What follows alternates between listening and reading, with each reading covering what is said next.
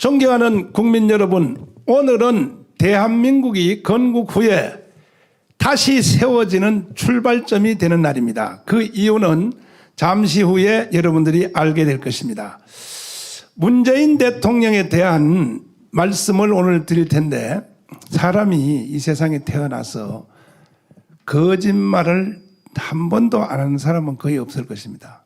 살다가 보면 유익한 거짓말, 저 상대방을 위해서, 나를 위해서 하는 거짓말이 아니라 성경 안에도 거짓말들이 많이 나옵니다. 그것은 다른 사람을 위해서도 거짓말하고 하는데, 그러나 거짓말을 해서는 안 될 거짓말이 있습니다. 뭐냐? 그 정체가 오늘 드러날 것입니다. 문재인 대통령은 태어나서부터 지금까지 살았던 모든 삶 자체가 다 거짓말입니다. 왜 거짓말인가? 거기에 대한 오늘 실증을 하게 될 텐데, 이 분야를 놓고 그야말로 목숨을 걸고 일을 해오신 조우석 교수님을 오늘 이 자리에 모셨습니다. 그래서 조우석 교수님은 제가 볼 때에 어느 시대든지 국가를 살리는 결정적인 한 사람이 있거든요. 과거에 뭐 한명회라든지 네. 한국 역사에 있는데 나는 오늘 이 시대는 우리 조우석 교수님이 반드시 대한민국을 살릴 수 있는 결정적인 교수님이라고 믿고, 이 일이 끝나면 국민들이 아마 대통령으로 초대할지도 모르겠습니다. 네. 큰일 났습니다. 네, 인사부터 하시죠. 여러분 반갑습니다. 네. 정확하게 사실관계를 말씀을 드리겠습니다. 네. 사실 문재인 출생 의혹 문제가 사람들이 다 암암리에 알고는 있지만 정확하게 대중적으로 공표된 거는 바로 이 자리였습니다. 너아라 TV였고 그게 제가 방송 전에 점검을 해봤더니 2월 27일이었습니다. 아, 그렇군요. 딱 2달이 됐습니다. 네. 그 2달 사이에 제가 너아라 TV에서 우리 전 목사님과 함께 문재인 출생 의혹 전체에 대한 대담을 시작한 게 바로 그날이었습니다. 아, 그렇군요. 그러고서 네. 2월 16일 날, 네. 한 보름이 조금 더 지나서 2월 16일 날 우리 윤월 스님, 학도병 출신 윤월 스님의 결정적인 폭로가 네. 뉴스타운에서 네. 또 나갔더랬습니다. 네. 그걸로 따지면 한 달 보름 정도가 지났습니다. 네. 그 1개월, 2개월 사이에 저는 네. 대한민국 분위기가 굉장히 많이 바뀌었다고 봅니다. 네. 이미 국민들의 대부분은 문재인 출생 의혹에 관해서 기본 정보를 다 인지하고 있다. 네. 그래서 문재인을 정상적인 대통령으로 보는 사람은 지금 많이 없다. 그게 바로 2개월 전에 너아라 TV에서 시작한 혁명이고, 네. 그다음에 결정적으로 제 혼자만 얘기하면 공허해집니다. 네. 그걸 윤월 스님이 네. 정말 용감하시게 증언해줬기 때문에 지금 이렇게 분위기가 바뀌었다고 저는 생각을 합니다. 네. 시작은 문재인 대통령이 자신이 쓴 그 회고록 책, 그 운명이란 책으로부터 시작해서 대통령이 되어서 미국을 처음 방문했을 때 미국의 그 국립묘지 앞에서 장진우 전투에 대한 기념비를 우리 한국에서 만들었습니다. 그걸 사실은 거기를 가서 뭐라고 증언했냐? 나는 미국이 없었으면 오늘 나는 존재하지 못했다. 우리 아버지는 그 장진우 전투에서 LSD 함정을 타고 빅토리아 호란배를 타고 미국이 우리 아버지를 실어다 줬기 때문에 나는 존재할 수 있었다. 이렇게 뭐 지금 영상도 그대로 있으니까요. 전 세계를 향하여 다 말했으니까. 그런데 알고 보니까 그게 다 새빨간 거짓말로 지금 드러났는데, 그 거짓말에 대한 그 전부터 루머는 있었어요. 문재인이가 태어난 출생지도 거짓말, 또 뭐 어머니 아버지도 거짓말, 다 거짓말을 했는데 이걸 누가 증명할 길이 없었는데, 마침 그때에 문재인 아버지가 인민군 장교로서 6.25 전쟁에 참여했다가 영천 전투에서 거기서 이제 체포가 되어서 그래서 이제 포로병이 되어 가지고 거제도 포로수용소, 저도 그 붕해하러 가서 많이 봤습니다만은 그런 출신이라고 하는 것에 대하여 지금 현재는 스님이신데 우리 스님이 바로 학도병으로서 6.25 전쟁에 참여했다가 문재인 아버지를 현장에서 포로 체포한 산 증인이 드디어 스님이 이게 증언으로 국가가 하도 복잡하니까 대한민국이 지금 무너지기 직전이 됐으니까 참고 하시다가 드디어 이제 증언을 하러 드디어 너아라 TV까지 오늘 오셨습니다. 저는 여기까지밖에 소개를 못 하는데 일단 이 소개는 조우석 교수님이 하시는 게 더 분명할 것 같습니다. 예. 한번 소개를 하시죠. 좋습니다. 네. 윤월 스님은 1933년생이십니다. 한년생인데 6.25가 터질 때 고등학생 17살, 고등학교 2학년입니까? 그때 그때 고등학교 2년 때, 2학년 때 바로 참전을 하십니다. 그리고 정확하게 문재인의 아버지 문용형을 생포한 날이 경북 영천 전투에서 1950년 8월 29일입니다. 날짜까지 정확하게 파악을 하고 기억을 하고 계시고 같이 잡았던 학도병 동료들이 누구였는지까지 정확하게 얘기했습니다. 자, 이 얘기가 결정적으로 중요한 게 아까 목사님이 말씀하셨듯이 흥남 쳤을 때 내가 내려왔고 그 부모님 덕분에 이 흥남 쳤을 때 내려왔고 그때 장진호 정투에 철수가 없었고 흥남 철수가 이루어지지 않았다면 오늘날의 문재인은 없었다라고 얘기한 게 말도 안 되는 거짓말이라고 하는 걸 실증적으로 얘기한 게 바로 윤월 스님의 증언입니다. 8월 29일 날 생포된 사람이 어떻게 12월 달에 다시 북한으로 올라가서 흥남 철수 때 내려오냐. 시간 관계상 불가능하다는 얘기를 설명해 주신 바로 우리 윤월 스님이십니다. 윤월 스님의 증언을 직접 이 자리에서 다시 한번 들어보는 것도 의미가 있을 것 같습니다. 그렇습니다. 네. 예. 자, 우선요. 말씀해 주시죠. 네, 우선 오늘은 대한민국이 새로 시작되는 날이라고 제가 말씀을 드렸습니다. 왜 그러냐 하면 대통령의 근본된 문제가 새로 지금 밝혀지기 때문에 여러분 시청자 여러분 국민 여러분 잘 들어봐 주시기 바랍니다. 우리가 문재인 대통령을 무슨 감정이 있어서 비평하려고 또 욕하려고 저희들이 이렇게 하는 것이 아니라 이건 대한민국 전체의 문제입니다. 대한민국 전체. 지금 대한민국 전체 70년 대한민국 역사가 무너지느냐, 사실이 밝혀져서 대한민국을 다시 시작할 수 있느냐는 결정적인 시간이 이제 지금 이 시간이 도착을 했습니다. 일단 그러면 우리 스님부터 제가 소개를 다시 한번 드리면 우리 스님은 그러니까 태어나신 그 생년월일이 그냥 1933년 5월 30일생입니다. 야, 그리고 이제 출생지는 네. 서울특별시 종로구 가이동 124번지.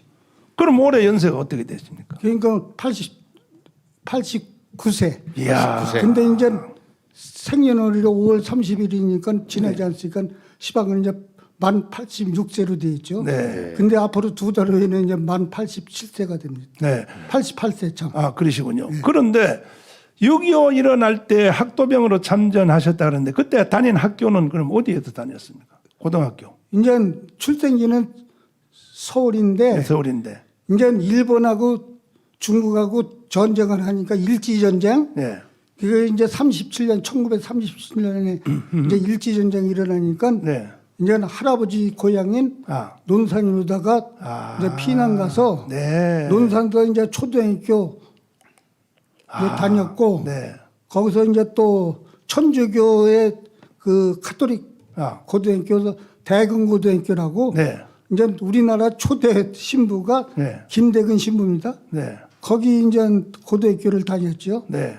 아니 근데 연세에 비해서 기억력이요 대단하시네요.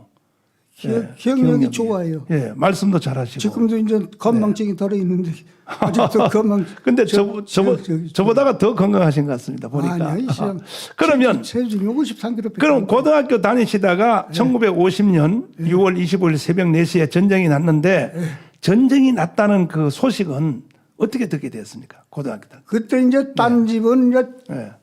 그 당시에는 라디오가 없었고 없죠. 그런데 이제 우리 집은 네. 부자기 때문에 와, 맞아요. 그래서 맞아요. 이제 라디오가 있었습니다. 맞아요. 라디오를 통해서. 예, 라디오를 통해서 불과 이제 한 11시쯤 돼서 네. 방송을 했어요. 아, 11시에. 네. 아. 이제 아까도 저기서 조스폰도 얘기했지만 네.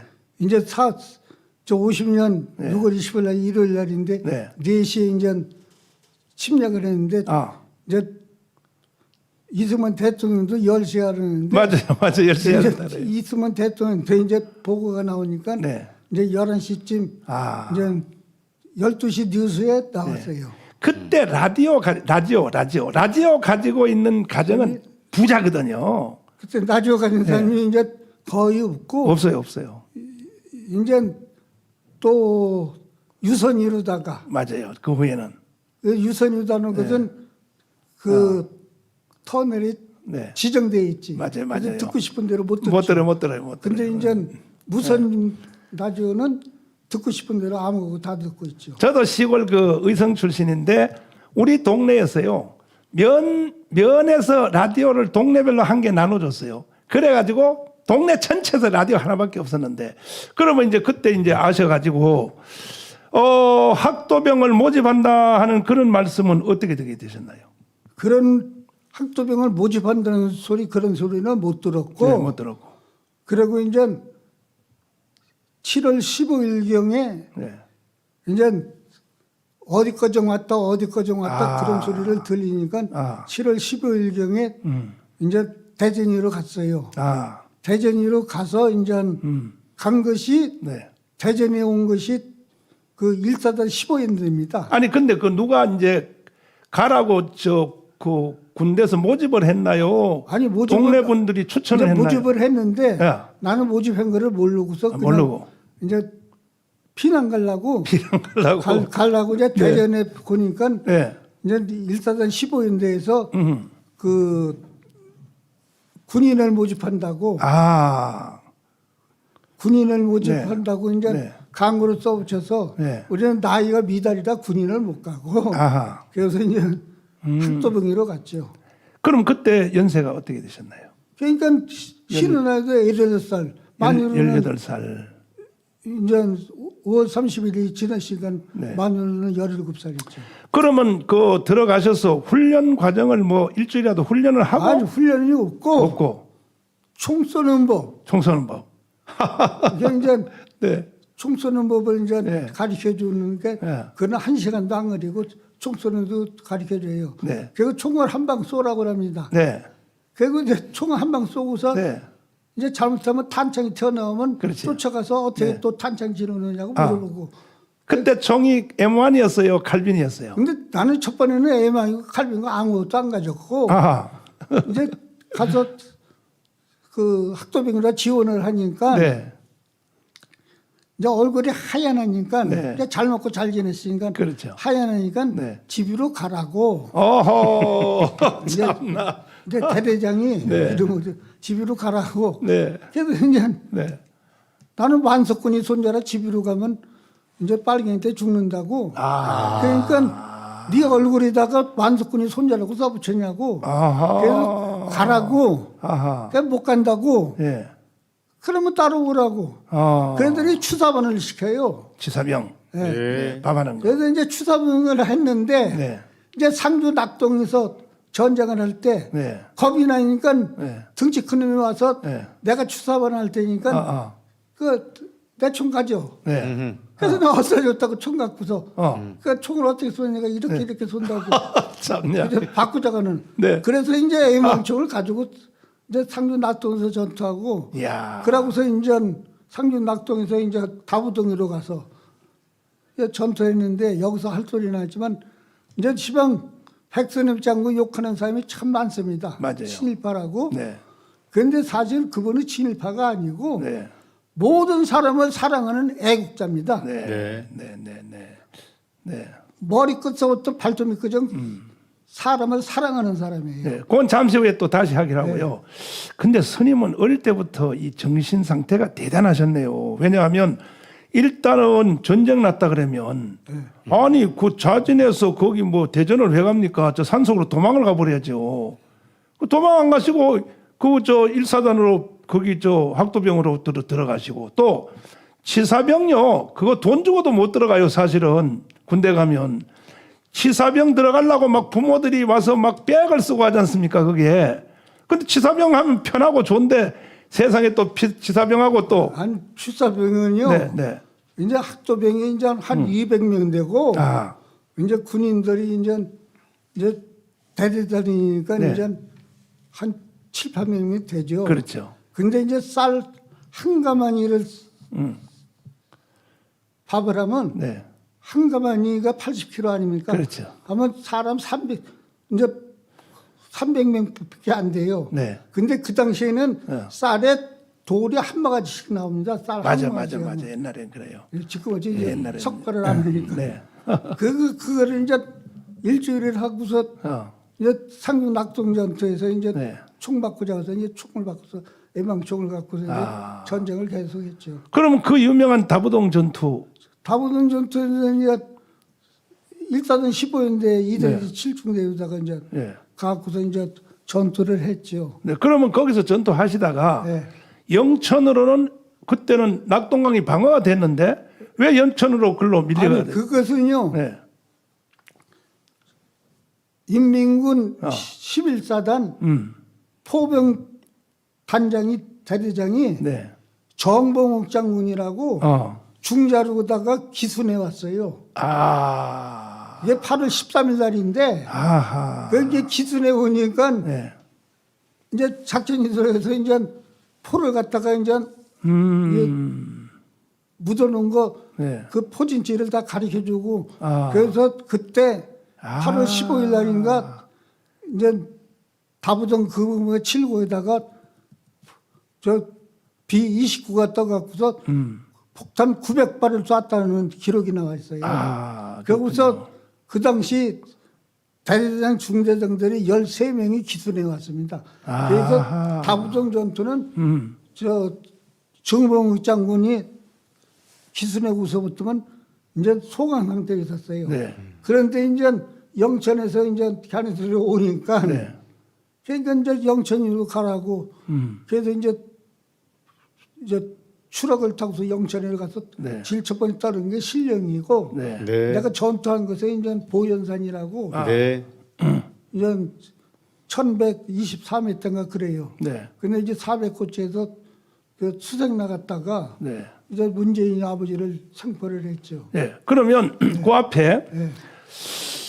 백선엽 장군 얘기를 다시 한번 해보도록 네. 하겠습니다. 그러니까 백선엽 장군이 1사단장이었었죠 그때요. 네, 일사단장. 예. 근데 여기 휴전선 38선부터 시작해서 참 처절한 전투했지 않습니까? 해서 한강에서 수없는 부하들을 또 한강 건너다가 잃어버리고, 예? 그래가지고 결국은 낙동강까지 갔을 때 이제 낙동강에서 밀리면 끝나는 거죠, 그죠? 그렇죠. 예, 끝나니까 미군이 올 때까지 낙동강을 이제 방어하려고 그 얼마 전에 작년에 돌아가신 그 백선엽 장군의 그 책에 보니까 누구든지 내가 적군을 향하여 이따가 방향을 돌이켜 몸을 돌이켜 피난 가려고 몸을 돌이키면 날부터 먼저 쏴라.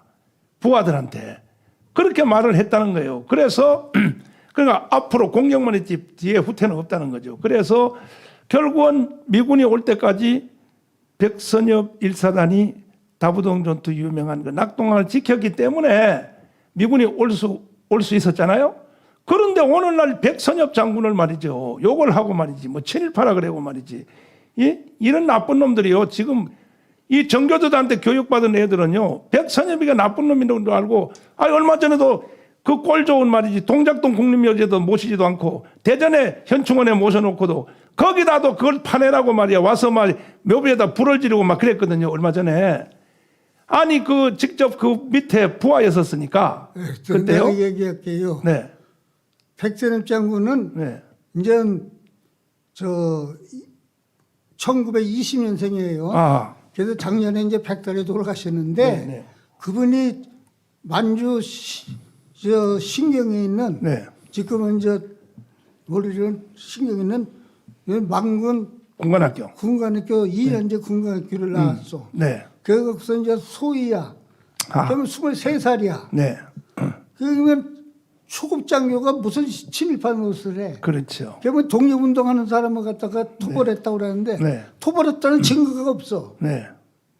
그 이제 백선자고 욕하느라고 이제 망군 출신하고 했는데 그분이 만주 군관학교에서 이제 군사 네. 전술 전략을 배웠기 때문에 네. 다부전투에서 8천 명이 3만 명을 쫓아낸 거란 말이에요. 네. 네. 네. 네. 예? 네. 근데 그분이 머리끝 아까도 얘기했죠. 머리끝부터 발톱부터 사랑만 있는 사람이야. 네.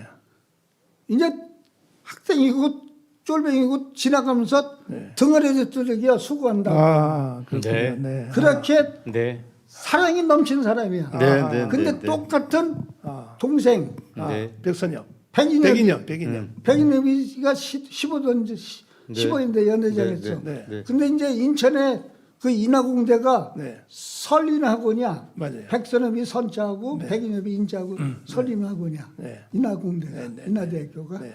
근데 백선엽 장군을 친일파라고 하는 놈이 친일파예요. 저도 밖에 나가면요, 뭐 백선엽뿐이 아니라 또 여러 뭐 예를 들어서 김옥길 총장까지도 그 친일파라 그러고 이런 저 기자들이 저한테 공격하는 사람이 많은데 저는 이렇게 대답을 합니다. 뭐냐면 그렇게 따지면 일제 36년 동안에 태어난 모든 사람들은 다 친일파다. 태어나 보니까 일제 시대인데 어떻게 하냐 말이지. 일제 시대 때 초등학교 다니는 사람들 다 친일파지. 그렇게 말하면 안 되고 진짜 친일파가 아닌 것은 어떻게 구분해야 되느냐? 일제 시대 때 일제 학교를 다녔다. 뭐 일본에 유학을 했다. 뭐 일제 뭘 했다. 이걸 친일파라고 하면 안 되고 한국 사람으로서 일본 시대 때 태어나서 일본을 위하여 조선 사람을 죽인 사람, 조선 사람을 뭐 죽였거나 조선 사람을 탄압한 사람, 그렇게 친일파를 구분해야지. 아니 일제 시대 태어나서 초등학교 다녔다고 다 그걸 친일파라 그러면 그걸 어떻게 되느냐? 내가 이렇게 정리를 하고 여기 대해서 할 말 있으면 해봐라. 네, 친일파의 정의를 내가 때릴게요. 네, 네, 이제 친일파는 아까도 경찰에서 사람 갖다 죽인 사람이 경찰에 노득삼이라는 놈이 있어. 사람 갖다 고문하고 그런 사람이야. 그건 친일파고 맞아요, 맞아요. 또 친일파가 누가 친일파냐면 이제 이완용이 같은 건 매국 오죠. 그렇죠. 그리고 일제시대 때 친일을 하기들은 안 했던 건데 자기를 받은 사람. 네. 남작, 자작, 공작, 후작, 아, 응? 백작. 네. 자기를 받은 사람은 그건 친일파라고 그러지. 아, 그러니까 돈도 받고 땅도 받고 그랬으니까. 네, 네, 네. 그리고 일본 시대 때는 누구고 전부 다 창시를 했어. 네. 이름을 가렸어. 아, 맞아요. 그것도 이제 강요에 대해서 했던 이제 자발적으로 했던 건데 자발적으로 한 사람이 없고 다 강요해서 했어. 그렇죠. 근데 그 사람들 창실 일본말로 창실했다고 네, 응?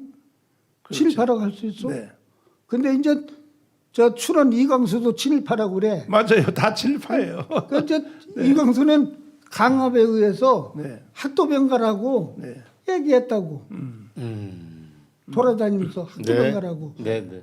그 강압에 의해서 한 소리지 자기가 자발적으로. 네, 이광수가 우리나라 3대 천재야. 맞아요. 춘원 이광수, 맞아요. 응? 네, 또 정인보, 네, 유당 정인보, 네. 응? 육당 최남선이. 네, 그 사람들이 기억력이 좋아서 우리나라 3대 천재야. 네, 그 거기다 하나 두면 이제 벽조, 홍명희. 홍명희, 네. 그 임꺽전 네. 조선사. 네. 그 홍명희는 김일성 밑에서 부주석을 했어. 아, 북한에 올라간 홍명희를 말하는 거죠? 네. 네, 네, 네, 네. 네. 아, 그 홍명희도 친일파겠네. 네, 그 빨갱이지. 네, 빨갱이가 이북으로 올라갔지. 네. 자, 이제 다시 한번 그 또 현장으로 돌아가서 네. 그래서 이제 그 낙동강 전투에 투입되셨다가 그런데 그때 마침 인민군 장교 하나가 네. 전향을 했다는 거죠. 예, 정봉욱 장군. 전봉욱 예. 그 사람은 초대 상군 사관학교 교장했고 야, 7사단장을 했고 예. 마지막으로다가 논산 훈련소 소장을 했어요. 근데 인민군 출신인데요. 인민군 중자, 포병사령관, 헬로군 출신. 그러면 계급이 그때 뭐였습니까? 중자. 중좌요. 중좌면 우리나라 계급으로 말하면 중령. 중령이죠. 네. 아, 중령 때 넘어왔군요. 네. 넘어왔고 제가 그 6.25 전사를 보니까 그때에 연대장 하나도 또 이제 넘어왔다 그러더라고요. 그때 저 포항 전투에서 인민군 연대장이 또 우리 쪽으로 넘어왔고 그건 이제 나중에 한 얘기인데 그 사람이 전향을 해서 우리 쪽으로 와서 기순해서 와서 북한군의 그 포진지. 예, 포진지를 포병 사령관이니까. 자수를 했다는 거죠. 예. 포병사령관이니까 예. 어디 가면 포병진이 있다. 예. 그러니까 그 말을 정보를 입수하고 이제 수색을 하기 시작했다는 거죠. 영천에서. 아니 이제 폭격을 했지. 폭격은 먼저 하고. B-52가 떠갖고서 그 근방을 그 다부동거 이렇게 네. 맞은팔에 거기다가 포진지에다가 네. 이제 900발을 쐈어. 포탄을 네. 떠는 네. 이제 네. 포탄이 수류탄 정도밖에 안 되는 포탄이지. 네. 그러면 이제 스님은 그때에 이제 학도병으로서 네. 낙동강 전투를 하시다가 영천 전투로 다시 옮겨가게 되었지 않습니까? 다부동에서 전투했지. 그때는 군 배속 부대가 바뀌었나요? 아니 저 배수부대는 바뀌는데 네. 이제 8월 20일 날 이제 저 영천으로 갔지. 아, 그래서 영천에 이제 8사단하고 6사단이 있는데 8사단이 배속이 됐지. 저는요 영천 전투에 대해서 네. 정호영 장군이라고 아시죠? 전두환하고 동기, 네. 예, 공수사령관 하신 정호영 장군한테 내가 밤을 새면서 들었습니다. 너무 재미있어가지고 정호영 장군도 경상북도 청도 출신인데 학도병이에요. 그때 학도병으로서 경북고등학교 다니다가 그 뭐 낙동강 전투에 투입됐는데 그 뭐 대부분 다 죽었고 박세직 그 장로님도 부산고등학교 다니다가 학도병으로 투입돼서 반의 동료들 거의 다 죽었고 기상천외하고 이제 몇 명이 살았는데 그 정호연 장군이 그때 학도병으로 이제 들어갔는데 이제 말씀하신 대로 영천 전투 있죠. 거기에 참여를 하게 됐는데 갔더니 포를 쏘는데 우리나라 포를 쏘는데 북한 포진지를 향해 포를 쏘는데 이 포를 한 번은 남쪽으로 쏘고 한 번은 북쪽으로 쏘고 한 번은 서쪽으로 쏘고 동쪽으로 포를 사방으로 한 방씩 쏘더래요. 포를. 그래서 포는 교범이 원래 이게 동서남북 한 방씩 쏘는구나 하고 전쟁이 끝난 뒤에 육군 상안학교에 이제 들어가서 포병 교육을 받는데 이 포를 동서남북으로 한 방씩 쏘는 줄 알았는데 아니 왜 포를 한쪽으로 쏘냐 그랬더니 야 임자식아 포를 말이지 무슨 놈의 동서남북으로 쏘는 게 어디냐. 왜 그랬냐면은 영천 전투에 그때 이제 낮에는 우리 이제 국군이 산을 향하여 인민군을 공격하고 저녁은 인민군이 내려와서 민가를 공격하니까 그냥 그 산은 전체가 다 빨갱이들이 그러니까 인민군이 다 아주 그냥 다 거기 다 숨어 있기 때문에 아무데나 포를 쏘면 그냥 그 북한군이 맞았대요. 그래서 동서남북을 쐈다고 얼마나 웃기는 얘기를 했는지. 그래서 포를 쏘는 원래 그 전술이 동서남북으로 쏘는 줄 알았대요. 그만큼 영천이 그 점령당했다는 얘기거든요. 그때 스님은 결국은 거기에 계셨잖아요. 내가 그때. 이제 네. 저 9월 1일 날 부상당했으니까 그 후에 이제 9월 7일 날부터 저 9월 14일 날까지 전투가 심했지. 그리고 이제 그 학도병들이 이제 제일 많이 죽은 게 영덕의 그 강구인가? 강구 있어요. 강구 있어요. 예, 예. 예. 영덕에서 이제 그 기억이 안 나는데 해변가죠 그쪽에. 거기서 이제 LSD가 자초돼 갖고서 학도병들이 이제 한 400명 죽었고 야. 한 200명이 이제 상병 그래서 이제 저 9.15 인천 상륙작전 양동작전을 다 했고 네. 그다음에 이제 저 포항에서 전투한 것이 네. 이제 학도병이 71명. 네. 그 이제 포화 속이라고 영화도 예, 이제 영화 저도 봤죠 그때요. 포화 속이로. 저는 그때요 포화 속으로 왔을 때 우리 교회 성도들을 다 데리고 아예 극장에 가서 우리는 거기 가서 예배를 드렸습니다. 예배를 드리고 포화 속으로 그 구경을 했는데 자 이제 결정적인 순간은 저도 자세히 몰라가지고 우리 조우석 교수님은 벌써 우리 스님하고 인터뷰도 여러 번 하셨고 너무나 잘 알기 때문에 시청자를 위해서 네. 교수님께서 이제 결정적인 순간입니다. 알겠습니다. 예, 체포하는 순간. 자, 여기 됐어요. 지금 이제 네. 그 6.25와 관련된 얘기를 윤곽만 나왔습니다. 근데 네. 스님이 이 자리에서 증언이 빛나고 굉장한 거는 네. 그 경북 영천 전투에서 1950년 8월 29일 날 문재인의 아버지로 추정되는 문용형이 인민군 상위 계급장을 단 친구를 생포했다는 대목입니다. 그래서 그 대목을 조금 짧게 설명해 주시고 네. 제가 굉장히 적지 않은 독자들, 시청자분들한테 들었던 얘기가 있습니다. 좋다. 그때 문재인 아버지 문용영이를 인민군 장교를 생포한 것까지는 이해를 하겠다. 네. 그런데 그게 문재인의 아버지인지 정확하게는 언제 인지를 했냐. 요 관련 정보를 정확하게 설명해 주십사. 두 가지 질문을 우선 드리겠습니다. 아, 그러면요. 예. 우리 그 스님 그때 작전 수색 작전 나가셨죠? 예. 수색 작전을 나가실 때 그때 나가신 날짜는 기억 못 하시죠?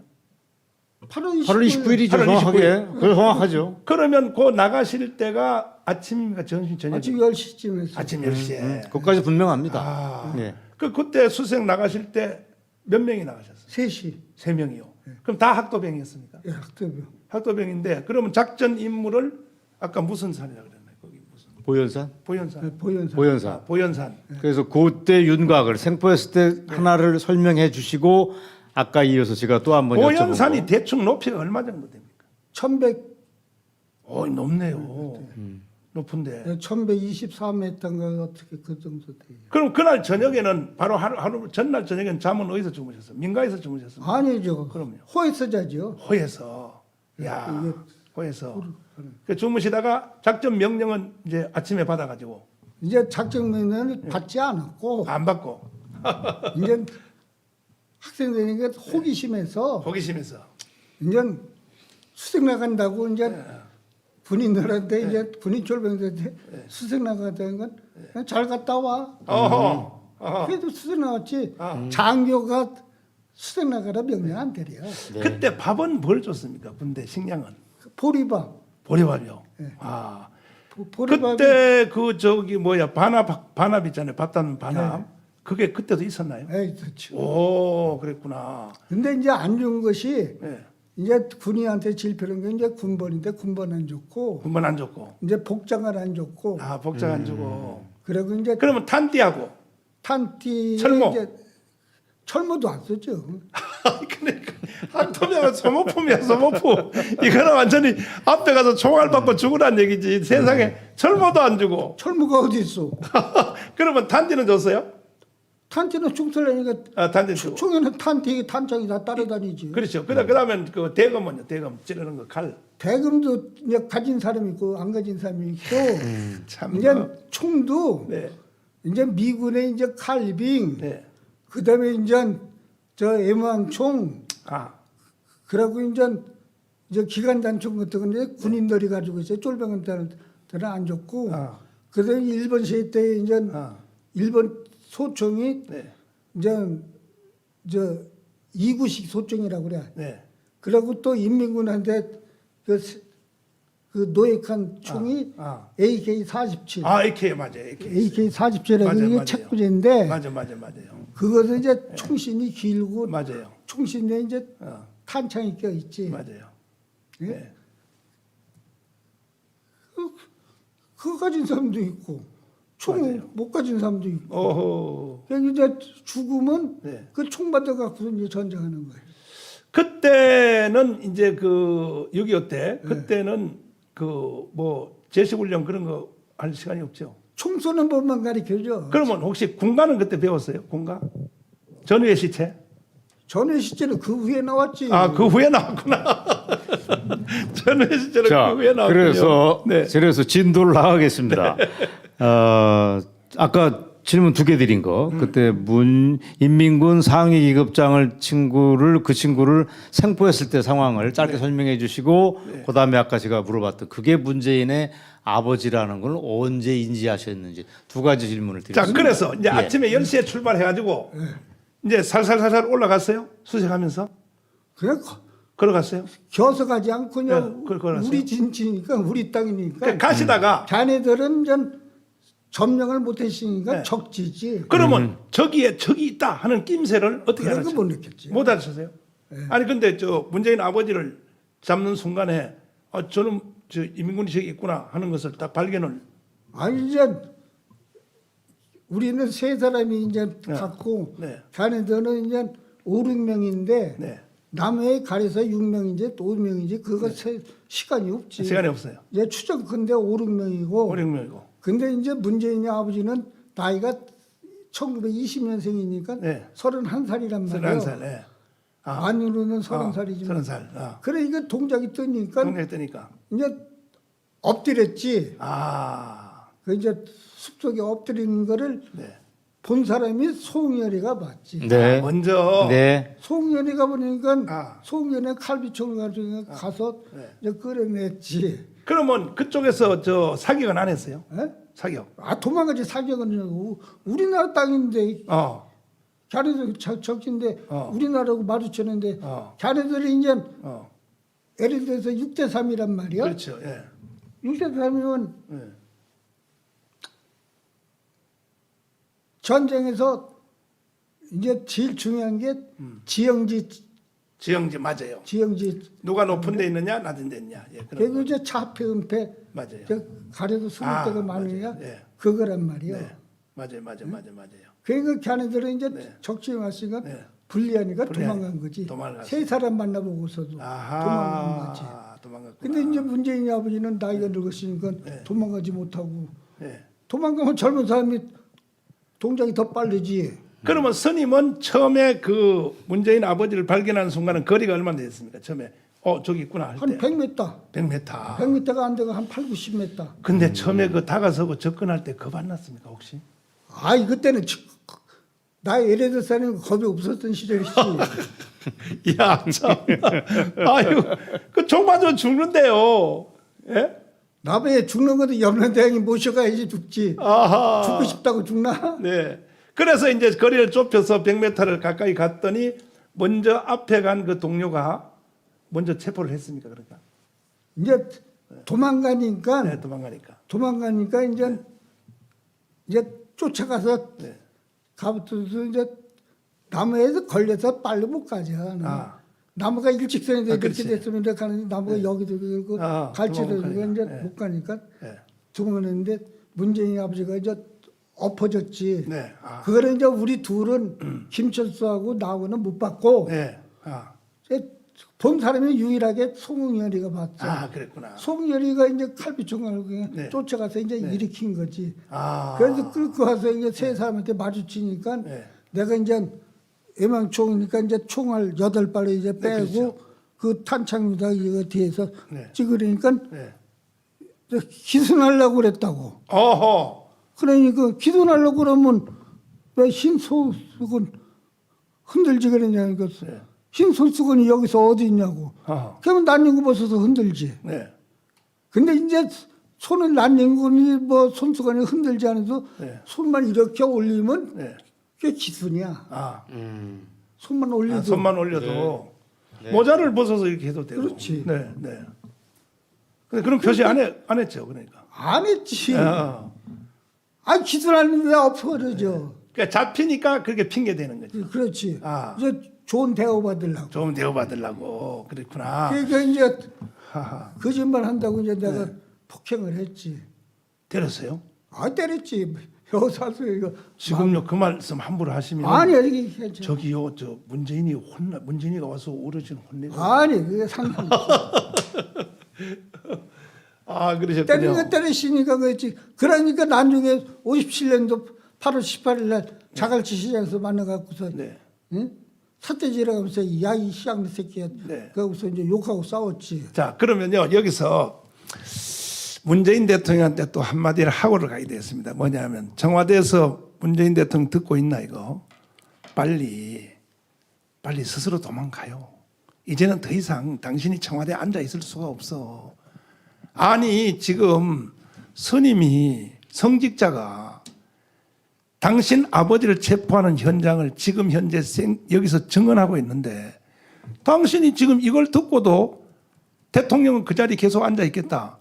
그건 원래부터 당신은 인간이 아니지만 이 시간 이후로부터 당신이 하는 행동은 그야말로 당신은 짐승보다 못한 인간이야. 그러니까는 더 이상 망신당하지 말고 빨리 도망을 가든지 이게 해야 되는데 그래서 이제 체포를 했습니다. 이제 체포를 해가지고 어디로 인계를 하셨나요? 인계는 이제 체포한 송열이 가지고 인계하러 갔지. 인계하러. 우리 둘이 이제 김철석하고 나하고는 그냥 호에서 숨어 있었고. 그러면 체포를 했을 때 그때 수갑이 있었나요? 아니 이제 줄로 탄창으로다가 묶어갖고 갔지. 아하. 얘만 단창으로 이렇게 뒤에다 묶으면 그건 수갑창고보다 더 정확하게 사람을 풀어주지 않으면 못 풀어. 아, 그랬군요. 근데 그때의 그 문재인 아버지는 총을 뭐 가지고 있었나요? 권총 차고 있었지. 권총. 네. 아, 장교니까. 장교니까. 권총 가지고 있었구나. 세상에. 그래서 이제 인계한 부대는 아무래도 그 연대급이나 뭐 이런 쪽으로 포로들을 이제 잡아서 인계를 했을 거예요. 근데 이제 네. 미군이 저희도 인계해 줄 수도 있어요. 그건 내가 모르지만 그 이제 후방부대가 이제 8사단이고 네. 그 인민군도 8사단이에요. 네. 우리나라도 8사단이고 네. 똑같은 8사단끼리 대치하고 똑같은 발산끼리. 그렇잖아도 제가 스님이 하시는 방송을 보고 저도 이걸 조금 이제 추적을 한번 해보려고 그때에 거기에 전투에 참여했던 분들도 아직 살아계신 분이 있어서 내가 많은 증언을 내가 들어봤더니 스님이 하신 말씀이 다 맞더라고요. 왜냐하면 그때 학도병들이 거기에 참여를 많이 했었고 또 그다음에 인민군이 생포가 많이 됐대요. 그때요. 이 문재인 아버지뿐이 아니라 그런 것들을 제가 다 들었는데 그러면 결정적인 순간에 그 사람이 문재인 아버지라는 것은 어떻게 알았었나요? 근데? 그것은 이제 네. 저 57년도 8월 18일 날 자갈치 시장에서 이제 싸웠단 말이에요. 그 전쟁이 끝나고 6.25 그렇지. 전쟁이 53년도에 끝났으니까 출입단이었으니까. 끝나고 나서 스님이 부산 자갈치 시장을 갔는데 그래서 이제 외출 나가갖고 그때는 저 우리 스님은 현역이었었어요? 아주 저 해병대 이제 작대기 3개 참 저 작대기 3개지. 그러면 학도병으로 들어가셨다가 다시 이 저 해병대로 해병대로 바꿔진 과정은 어떻게 바뀌셨나요? 그래도 이제 나는 이제 군인의 면제라 부상당했기 때문에 부상당했으니까 이제 거기 이제 기후명령서 집으로 돌아가고 명서를 써준 사람이 백선 장군이 써줬어. 그걸로 파견해 갔으니까 네, 그렇죠. 원적이 일단은 15인대니까 네. 백선사정의 이제 기후명령서에 이 사람은 차이는 아무 데에서 어디 부상당했으니까 병역이라고 하는 거 군역이라고 썼어. 네네네. 군대 생활에 거기 가서 제대죠. 면제한다. 면제. 그렇죠. 그러면 스님은 그때 어디를 다치셨나요? 여기 다쳤지 여기. 이 그럼 자리에. 총에 맞으셨나요? 아니 그러면 탱크포 파편. 탱크포 파편에. 야, 그랬구나. 지금도 흉터가 좀 있겠네요. 있죠. 오, 카메라 가까이서 한번 찍으면 좋은데 말이죠. 이 세상에. 찍어요. 이따가 카메라 한번 가져와서 한번 찍어보자. 그래서 이제 일단 제대를 하셨구만요. 네. 할 수 없이. 기후명령서. 하셨는데 또 어떻게 입대를 다시 하시게 됐어요? 집에 오니까 이제 우리 형은 거기 하고 그래서 이제 내가 이제 미 151 공병대대에 가서 이제 통역을 좀 했어. 통역을요? 예. 그 영어는 어디서 배우셨어요 그때? 고등학교 당시 영어 배우지. 그 당시에도 영어를 가르쳤어요? 이거 일반 체제도 영어를 가르쳤는데. 이야, 대단하시네요. 아니 근데 저도 뭐 저 중학교 고등학교 때 영어를 다 배웠습니다만은 영어 통역은 생각도 못 하는데 어떻게 그 당시에 그렇게 통역까지? 내 공병대에서 네. 내 151 공병대라고 철원 지방에 이제 미군 공병대가 있었어. 네네네네. 이제 옛날에는 훈련 받기 싫으니까 네. 사단위로 가면 사단에서 이제 군번 주고 네. 네. 네네. 우리 스님 건강 받았습니다. 괜찮습니다, 뭐. 금방 소리 없어지겠죠. 네. 예. 아유, 스님 멋쟁이시네. 여유가 아주 넘치십니다. 예, 말씀하세요. 아니, 방송 인터뷰하셔서 지금 방송하고 있으니까 전화 끊어요. 예, 지금 방송하고 있어요. 이게 시청자 여러분 연세 드신 아이고. 분들의 위력입니다. 위력. 아이고, 대단하십니다. 멋쟁이십니다. 네. 우승특이 아이고. 아, 그러시군요. 그래서 이제 그 다시 재입대를 이제 해서 해병대로 들어가셨다는 얘기죠. 네. 해병대에 들어가서 해병대 계급이 뭐였습니까? 이제 상병, 짝대기 3개.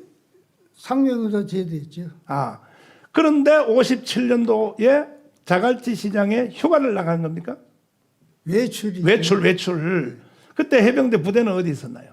저 진해 아, 진해. 보급정비창 진해인데 큰 도시인 부산에 구경하러 가셨구만요. 매주 가요 매주. 혹시 그때 그 애인 만나러 가신 거 아닙니까? 애인이 그때 어디 있어? 여기서 잤다 오면 안 되고. 그러면 뭐 맛있는 거 사드시러 가셨나요? 거기 그렇지 자갈시장 회 같은 거 먹고 아. 구경도 하고. 돈이 어디 있어요? 돈 군인이 뭔 돈이 있다고요? 군인 봉급은 이제 네. 매돈인데 네. 이제 가지고는 돈이 있지. 이 부분은 우리 또 조석 교수님이 먼저 해보셔가지고 네. 제가 실력이 좀 딸리는 것 같은데 아이고, 실력의 문제가 그 아니고. 순간에 예, 예. 이제 드디어 아주 예. 박진감 있게 해야 되니까 예. 어떻게 알아보게 됐는가? 글쎄, 한번 물어봐요. 그 대목이 다시 한번 확인해. 제가 전화로도 몇 번 여쭤봤는데 그때 1950년 8월 29일 날 인민군 장교를 생포하신 것까지는 인정하겠다라고 하는 사람들도 지금 한번 진지하게 한번 다시 한번 물어보는 겁니다. 네. 그게 문재인의 아버지라는 걸 파악한 건 언제냐? 하는 얘기를 거기에 대한 답을 해주셔야 됩니다. 그렇죠. 그게 이제 57년도에 만났고 문재인 아버지 다시 만났고, 66년도에 저 영도 예, 그 약재상 앞에서 만났고 예. 그 첫 만남은 57년도 50년도 8월 18일 날 18년 어디에서 만났어요? 그때 자갈치 자갈시장에서. 근데 그때 싸웠지. 그 현장을 근데 자갈치 시장에 어떻게 거기 이제 외출 나갔다가 만나서 싸웠는데 시간은 언제쯤 돼요? 오전, 오후, 저녁. 그때는 이제 아침 먹고서 부산까지 가면 이제 1시간 걸려. 그렇죠. 그러니까 이제 점심 먹고 그건 오후 한 1시부터 2시 사이쯤. 그 자갈치 시장에서 어디를 걸어가고 계셨습니까? 우리 스님이. 그래 돌아다녔지. 돌아다니시는데 저 마주치니까 네. 저 싸웠지. 아니 근데 마주칠 때 예. 바로 그 사람인 줄 알았어요? 알죠. 어떻게 아셨어요? 아니 7년밖에 안 되는데 왜 몰라. 오, 근데 누가 먼저 알아봤어요? 다 똑같이 하죠. 동시에? 그럼. 그러면 스님은 뭐라고 말했고 저 문재인 아버지는 뭐라고 말했어요? 첫 마디가 뭐라고 했어요? 문재인 아버지가 내가 군복을 안 입었으면 네. 나한테 폭행을 할 수도 있지. 아, 근데 이제 그렇구나. 해병대가 돼서 고약하다는 걸 알으니까 그렇군요. 이제 폭행을 못하고 겁먹었다. 말로 다 이 새끼 저 새끼 왜 때렸어 이 새끼야. 아. 그러니까 이 새끼야 네가 맞아 거짓말하니까 때렸죠. 그러니까 첫 마디가 생포 당시에 그때 스님이 이제 때렸다는 얘기 아닙니까? 그걸 가지고 너 왜 이 새끼야 날 때려서 그 말 따졌구만요. 그렇죠. 그 스님은 뭐라고 반격했습니까? 보르니까 때리지. 그거야 거짓말하니까 때리지. 거짓말 안 하고 기술한다고 하고서 기술했을 것 같으면 뭐 때려. 그럼 저 같으면 이렇게 말할 거야. 내가 그때 안 죽인 걸 다행이라고 생각해. 이 자식아 이렇게 말해. 안 죽인 걸. 너 죽이려고 하다 내가 살려주니까 말이 많아. 나 같으면 그래서 딱 때릴 텐데. 자, 스님 저는 이렇게 생각합니다. 네. 그때 57년도 8월 달에 자갈치 시장에서 봤을 때 한쪽만 알아보고 한쪽은 서로 못 알아본 것도 아니고 서로 시선이 마주치자마자 금세 상대방을 알아봤다고 하는 거는 7년 전에 영천 전투에서 생포당하고 네. 생포했던 과정이 네. 스님도 그렇고 문재인의 아버지한테도 잊을 수 없는 생생한 기억으로 남아있기 때문에 7년 뒤에 만났을 때 번개처럼 알아본 겁니다. 네. 맞습니까? 왜 맞아? 맞죠? 지금 여기 댓글에서도 뭐라고 올라왔냐면 그때 죽이시지 스님 왜 안 죽여가지고. 자, 그래서 저는 스님이 생포했던 인민군 장교가 문재인 아버지라는 거를 저는 믿고 있는 겁니다. 네. 그때 마침 입씨름하고 있을 때 뒤에 있는 어떤 여자가 제인이 아빠라고 몇 번 부르는 바람에 옆에 있던 7살짜리, 8살짜리 꼬마가 문재인이라는 것도 이미 인지를 하셨던 거고. 아. 맞습니까?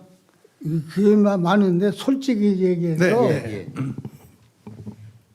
이제 문재인이가 그 당시는 유명세가 아무것도 애들이니까 그럼요. 문재인인지도 몰랐고 예. 어떻게 거기 하면 이제 두 번째 영도다리에서 만나서 예. 그 거기 했고 아. 그러고서 이제 문재인이가 저 청와대 민정수석할 때 노무현 정권 때. 그때서 이제 확실하게 알았지. 아, 그러니까 처음 만났을 때는 서로가 욕을 주고받고 하고 이제 헤어졌고 그 다음에 그런데 그게 문재인 아버지라고 하는 것은 어떻게 아시게 됐나? 아니 제인이 아빠라고 했으는 건 알지. 누가 제인의 아빠라고 그랬어요? 여자가 어디 했어요? 자갈시장에서. 그래서 스님하고 둘이 이제 입씨름을 하고 있는 중인데 어떤 여자가 제인이 아빠하고 소리 문재인 지르는 아버지를 향하여 제인이 아빠 이렇게 소리 질렀어요. 예. 아, 그러니까 알지. 그랬구나. 그 문재인이가 나중에 노무현 정권 시절에 시민사회 수석하고 민정수석 했을 때 그 자기 신원을 밝혔지 않습니까? 거제도에서 태어났고 아버지가 흥남초시대 내려왔다 거짓말을 그때 시작했으니까 네. 그걸 보고서 스님이 야 이게 네. 문재인의 아버지 이걸 내가 옛날에 잡았던 인민군 장교가 문재인의 아버지였구나 그때가- 하고 이제 확인하신 거죠. 그때서 완전히 100% 확인한 거지. 아, 그러면 그때 문재인이가 몇 살 정도로 보였어요? 그때 문재인이가 7, 8살 보였어. 7, 8살. 그러니까 57년 문재인이가 1953년도에 태어났다고 하는 거는 거짓말일 가능성이 분명한 거예요. 아니. 그러면 57년도에 그때 이제 처음 만난 거죠. 네. 그때 문재인이가 7살 정도 됐다 그랬죠. 그러면 7살 57년도에 만났으니까 7살이면 그럼 1950 49년, 50년 이때 태어나야 49년 내지 50년도에 태어나야 되는데 50년생도 아니고 네. 51년생도 아니고 네. 49년 이전 사람인데 이전 사람이다. 근데 이제 이북에서 네. 그 삶은 소대가리라고 하니까 뭐 이북에서는 다 알아. 이걸 다 아는구나. 이북에서는 다 아니까 삶은 소대가리라고 하는 거야. 그래서 네, 네, 꼼짝 네. 못 하는구나. 학생이니까. 자, 그래서 또 하나 여기서 스님한테 중요한 걸 여쭤보겠습니다. 스님이 그 결정적인 증언을 폭로한 지금 1개월이 훨씬 넘었는데 2개월이 다 돼가는데 문재인은 지금까지 입도 벙긋하지 않고 있습니다. 자기 아버지를 체포 과정에서 폭행했다고 주장하는 스님한테 입도 벙긋하지 않고 있는 걸 어떻게 보십니까? 내가 생각하기로는 네. 문재인이가 천년에 하나 나올까 말까는 불효자야. 왜요? 왜요? 아, 불효자다. 응? 왜요? 효도는 효도는 만행의 어머니야.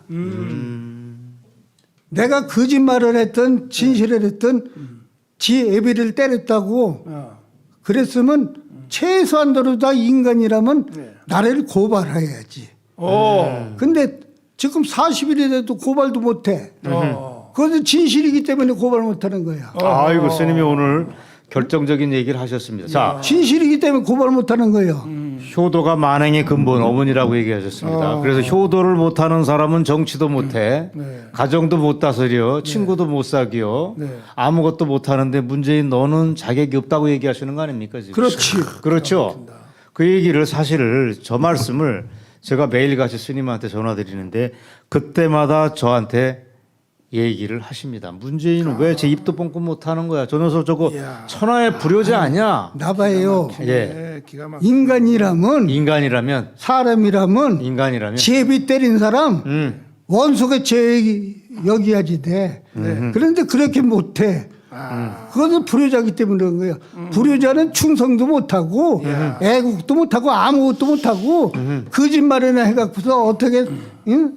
돈이나 챙겨 먹을까 하고 그런 새끼 못하는 거예요. 그런데 저는요 이걸 직접 경험을 했는데 제가 문재인에 대해서 사실 내가 욕을 좀 했거든요. 문재인이 이거 간첩 같다 이렇게 욕을 하니까 또 문재인 어떨 때 내가 심하게 좀 몰아제끼면 바로 즉각 반응이 와요 저한테. 예를 들어서 청와대에서부터 비서들이 뭐냐면 이게 뭐래 적반하장 떨고 있네 막 이렇게 하고요. 그 다음에 정강훈 저거는 뭐 살인자야 뭐 이렇게 말하고. 그래가지고 문재인이가 저를 고발해가지고 제가 깜빵 6개월 살다 왔지 않습니까? 그런 사람이 왜 스님은 고발 안 할까요? 그러니 정강 목사는 네. 막연하게 네. 욕만 했지. 네. 아 욕은 야 듣지 않으면 그만이지. 그렇죠. 응? 근데 욕도 먹었다고 배가 불러 뭐가 불러. 근데 스님에 대해서 고발 못한 이유가 그것은 네.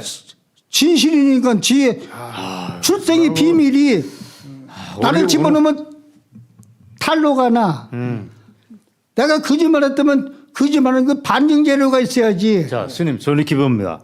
저는 스님이 대한민국을 두 번 구했다고 봅니다. 첫 번째는 1950년 8월 29일 경북 영천전투에서 인민군 장교를 생포한 것 자체가 저는 엄청난 애국이라고 봅니다. 네. 근데 그거 애국만 해도 굉장한데 세월이 71년 건너뛰어서 그 증언을 했던 거는 이 나라 대통령 문재인의 실체를 폭로한 그 못지않은 굉장한 혁명적인 발언이라고 봅니다. 그런데 두고만 한 것만 해도 스님은 정말 굉장한 일을 했는데 오늘 결정적인 증언을 또 하신 겁니다. 그 나한테 모욕을 당한 현직 대통령 문재인이니까 왜 나한테 찍소리도 못하고 이런 방금 못하냐. 너는 천하의 불효자고 천년에 한 번 나올까 말까 불효자라는 얘기는 문재인이가 취임 이후 당한 가장 큰 모욕에 해당됩니다. 그럼에도 불구하고 청와대가 입도 뻥긋 안 하고 계속 쭈그리고 앉아 있으면 정말 저는 국민적 의혹이 공분으로 변해가지고 앞으로 2021년 올 한 해가 어떻게 전개될지 저는 장담 못한다고 봅니다. 스님, 제 판단은 어떻습니까? 그 판단이 많은 얘기인데 네. 내가 얘기할게요. 문재인은 내가 볼 때는 이북에서 지령받아 갖고 행동하는 것이 느껴져. 이게 느낌입니다. 근데 이제 문재인은 네. 왜 자기의 출생과의 길을 갖다가 그렇게 많이 떠드는게 내가 떠들지 않았어. 딴 사람이 다 많이 떠드는데 왜 나한테는 간접적으로다가 압력이 들어오고 실제 청와대에서는 나한테 전화 한 통 안 왔어요. 청와대에서는 직접. 간접적으로 압력 들어온 건 뭡니까? 얘기해 주시면 얘기해 주세요. 간접적으로 다 압력이 들어왔어. 그 교단 내부에서도 스님에 대해서 입 다물고 계시라는 얘기가 나옵니까? 교단 내부에서도. 그러나 또 그런데 이제 직접적으로 나한테 얘기를 하면 이제 내가 반발하지. 그러니까 반발할까봐 이제 하지 않고 이제 나를 아는 제3자를 통해서 네. 그러니까 야비한 놈들이지 한마디. 그런데 저 스님이 소속돼 있는 조계종 종단에서는 총무원장이면 최고 큰 벼슬을 지낸 건데 총무원장을 지냈던 스님이 바로 우리 윤월 스님을 가리켜서 영웅이라고 표현도 하셨잖아요. 근데 조계종단 내부에서는 또 스님이 입 바른 소리 했다고 징계를 하려고 하는 움직임도 있는 겁니까? 첫 번에 처음 나왔을 때 2월 16일 때 금요일 때 그런 얘기가 있었지. 있었거든요. 근데 지금 쏙 들어갔어. 불교도 작용. 쏙 들어갔으니까 지금 여기 나왔지. 오케이. 그렇죠. 자, 그런데 또 하나 그때 학도병 시절에 세 사람이 움직여가지고 한꺼번에 움직인 게 세 분이었습니다. 세 분이었는데 그 중에 한 분이 김철수라고 하는 이름까지 오늘 스님이 처음으로 밝히셨어요. 그 전에는 기억이 안 나신다. 유일하게 기억이 안 나는 친구가 그 사람인데 왜 이름이 너무 흔해서 기억을 못 한다고 하셨다가 어느 날 그분이 김철수라고 하는 분이 스님을 찾아왔어요. 그 얘기 좀 들려주세요. 아니 이제 유스탄 트럭 저 2월 11일 나오고 난 다음에 이제 2월 23일 날 이제 저녁 때 아들하고 찾아와서 이제 식당에서 이제 밥을 먹으려면 얘기하면서 먹으면 이제 1시간 걸리지. 네. 그 얘기하면서 밥 먹었는데 이제 그때 이제 김철수라도 얘기도 했고 네. 그리고 이제 자기가 그 거제도 포레스에서 가서 문재인을 만났다 소리도 했고 네. 자기가 일기 쓴다 소리도 했고 네. 그래서 내가 얘기한 것은 사실대로 얘기지 이제 돈 생기는 말이라면 나도 거짓말 할 수 있어 인간이니까 근데 돈 안 생기는 얘기인데 무슨 거짓말을 해요. 자, 스님의 지금 말씀하신 거는 저는 이렇게 해석을 합니다. 지금까지 윤월 스님이 문재인 아버지 문영영 생포 과정을 반복해서 증언을 하셨지만 그게 혼자서 하시는 말씀이라서 누군가 그걸 맞장구 쳐주고 손바닥에 마주쳐야 소리치는데 또 다른 증언자가 안 나와서 저도 안타까웠습니다. 그런데 같이 움직였던 소홍렬, 김철수 두 분 중에 한 분은 돌아가셨는데 한 분이 나타나서 스님이 계시는 절에 찾아왔다는 게 전 중요합니다. 네. 그건 뭐냐면 스님이 문재인 아버지 생포 과정 이 증언이 진실되다는 걸 그 김철수라는 분이 스스로 증명해 주고 있는 겁니다. 그런데 그 김철수라고 하는 분이 스님을 찾아온 목적은 예정이 그리워서 찾아온 게 아니지 않습니까?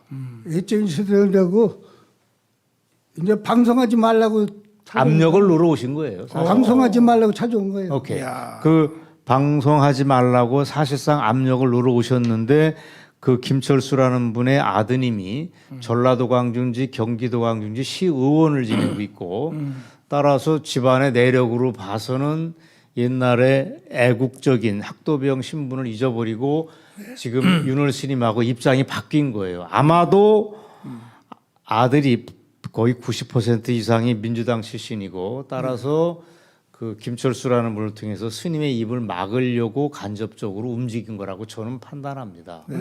맞죠? 맞죠? 그 스님이 저한테 그 얘기를 정확히 해주셨던 겁니다. 아까 반복하자면 스님의 증언이 맞다고 하는 걸 김철수라고 하는 또 다른 증인이 나타났다고 하는 걸로 증명이 되는 거고 그 김철수라고 하는 분은 예정을 나누기 위해서 무용담을 공유하자고 나타난 게 아니고 스님이 입막음 하려고 나타난 거예요. 맞아요. 맞죠? 그야 저 2월 23일 날 오고 나서 여태까지 전화번호는 참 모르지. 다시 안 찾아봤어. 그래서 스님이 그 김철수라는 분한테 같이 나가서 우리가 증언하자는 제안을 하셨다면서요. 예, 근데 거부하신 거죠? 네, 거부했어요. 오케이. 자, 그럼에도 불구하고 저는 김철수라고 하는 학도병 동료가 너무도 고맙습니다. 왜 고맙냐면 그분이 증언 중에서 결정적인 거 하나를 우리한테 흘려줬어요. 그게 뭐냐면 52년도에 그렇게 해서 방공포로로 거제도에 수용돼 있던 문재인 아버지 문용형이를 김철수라고 하는 분이 현역 그분도 학도병을 끝내고 나서 현역 군인으로 입대를 해서 그때 잡았던 인민군 장교기가 너무도 생생해서 거제도로 찾아갑니다. 휴가를 그때 찾아가가지고 그 문용형이를 개인적으로 면담을 합니다. 이야. 놀라운 얘기죠. 그게, 따라서 그게 몇 년도였습니까? 그게 52년도.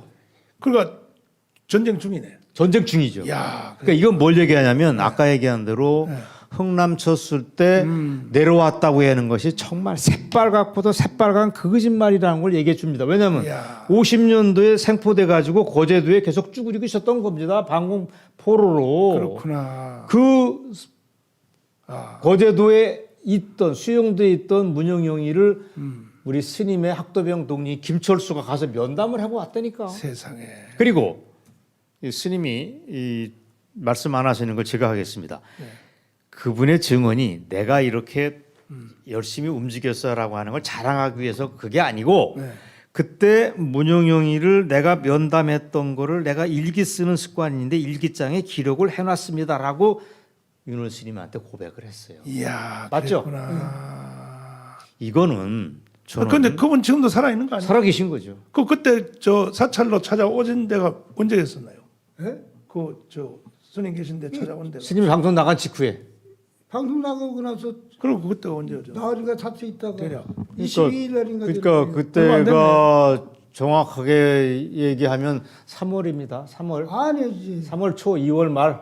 그럼 뭐 한 달도 안 돼. 이제 두 달. 2월 20일 방송 나갔잖아. 네, 2월 16일 날. 어제 2월 10일 방송 예. 나갔잖아. 일주일 만에 왔나? 그때 일주일 만에 왔거나 그러면 자, 2월 한 20여일쯤에 온 겁니다. 22일 날인가 되지. 그렇습니다. 자, 그럼 여기서 또 나중에 여기 지금 방송에 들어오신 분들을 위해서 예. 제가 잠깐 설명을 해드리면 존경하는 국민 여러분, 지금 이 시간에는 문재인 아버지를 영천 전투에서 현장에서 체포한 그 당시에 학도병 스님이 지금 대한민국의 근본 뿌리에 대해서 증언을 하고 있는데 그때 이제 체포를 할 때 혼자 체포한 거 아니야. 3명이 체포를 했는데 그 중에 한 분이 한 달 전에 스님이 그 뉴스타운에서 증언한 걸 보고 사실은 그 같이 학계하려고 온 것이 아니라 따지려고 맞아.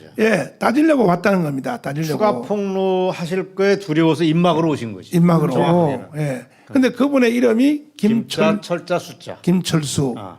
그러니까 이게 한 달 전에 있었던 일이니까. 그렇습니다. 이만큼 이제 확실해졌는데 우리 조석 교수님, 네. 교수님에 대해서는 청와대에서 혹시 고발장 안 들어왔어요? 저도 한테도 이런 방구 말이 없습니다. 말이 없어요? 말이 없습니다. 근데 왜 정강훈 목사만 감옥 넣어요? 교수님은 감옥 넣어야지. 저는 윤호진님 포함해서 목사님 포함해서 저도 잠재적 깜빵 동기라고 봅니다. 근데 깜빵 그래서 너무 지금 안심하지 마시길 바랍니다. 아니야. 근데 교수님은 감방 안 가요. 왜냐하면 왜요? 사실이니까요. 사실이니까. 네. 제가 믿는 건 사실입니다. 저는- 허위 사실이면 분명코 지금 저를 명예훼손으로 집어넣으려고 눈이 빨겠을 겁니다. 저는 문재인을 간첩이라고 했거든요. 네. 근데 증거가 없었거든. 증거가 없고. 내가 말할 때 그 예, 재판 중에서 이제 재판 과정에서 판사님들이 그렇습니다. 왜 문재인을 간첩이라고 했습니까? 네, 피고는 이렇게 네. 묻더라고요. 네, 그래서 나는 정황은 없습니다. 그랬더니 그건 정황 없는 사람은 명예훼손 맞죠. 그래서 네. 그러면 문재인이가 김정은한테 그 USB 넘긴 거 있죠. 네, 그것을 한번 조사를 해보십시오. 네. 그래가지고 재판부에서 청와대에서 음. 그때 USB 내용을 재판부에 내라 그랬어요. 네, 못 내더라고. 네. 그다음에 이제 한 번 더 또 우리 변호인단들이 막 신청을 했는데 그걸 내라. 이거 정광훈 목사가 당신이 간첩이라는 거에 대한 증거가 USB에 있다 주장하니까 내라 그런데 두 번째도 못 내더라고 청와대에서. 네, 못 내가지고 내가 무죄 석방된 거 아닙니까? 네, 네. 그러니까 교수님은 확실한 증인 어르신이 여기 계시고 그렇습니다.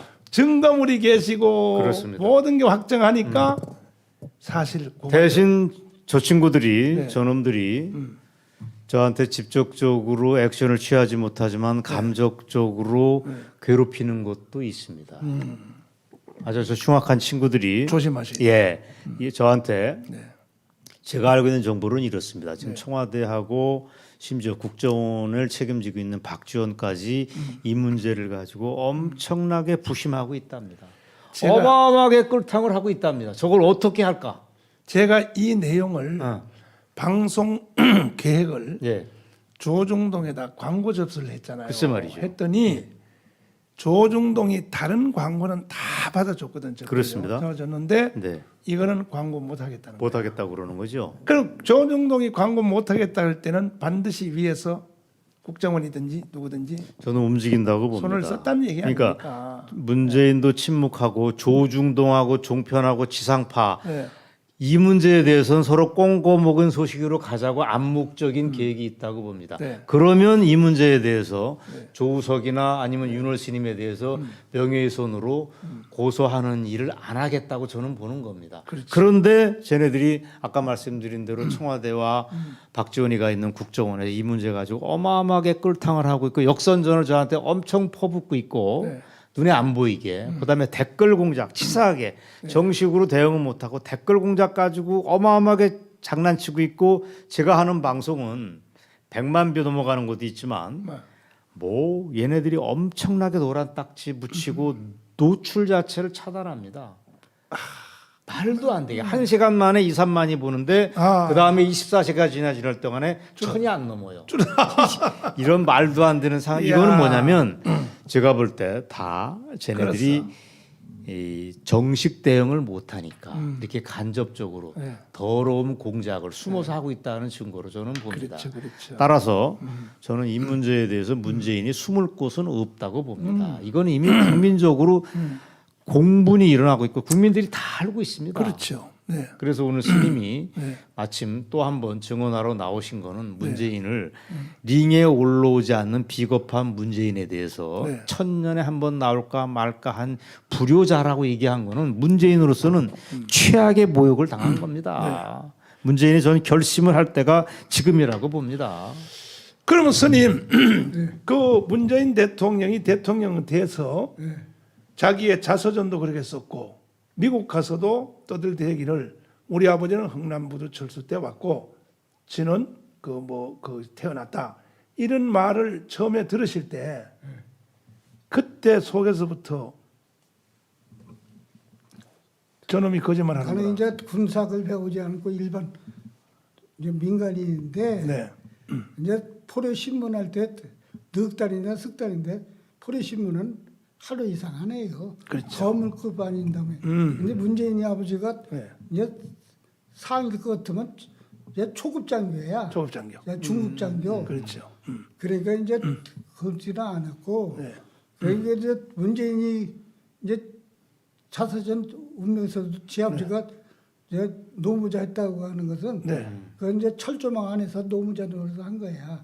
그러니까 문재인이 아버지는 이제 노무자를 할 것 같으면 그건 틀림없이 그 이제 경비대에다가 이제 살랑살랑 아부한 거지. 아. 그래갖고서 노무자를 한 거지. 그러니까 저기 거제도 포로 수용소에서 노무자를 했다는 그러니까 거죠. 이제 백년남도 가고 네. 이제 외출도 나가고 네.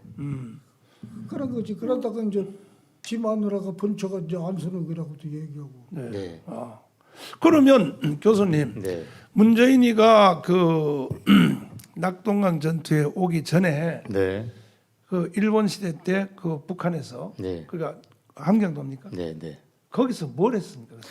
자, 저는 윤월스님이 정말 감사하고 고맙게 생각하는 것 중에 하나는 윤월스님이 문재인 아버지 생포를 증언한 거는 결정적인 물꼬를 트신 겁니다.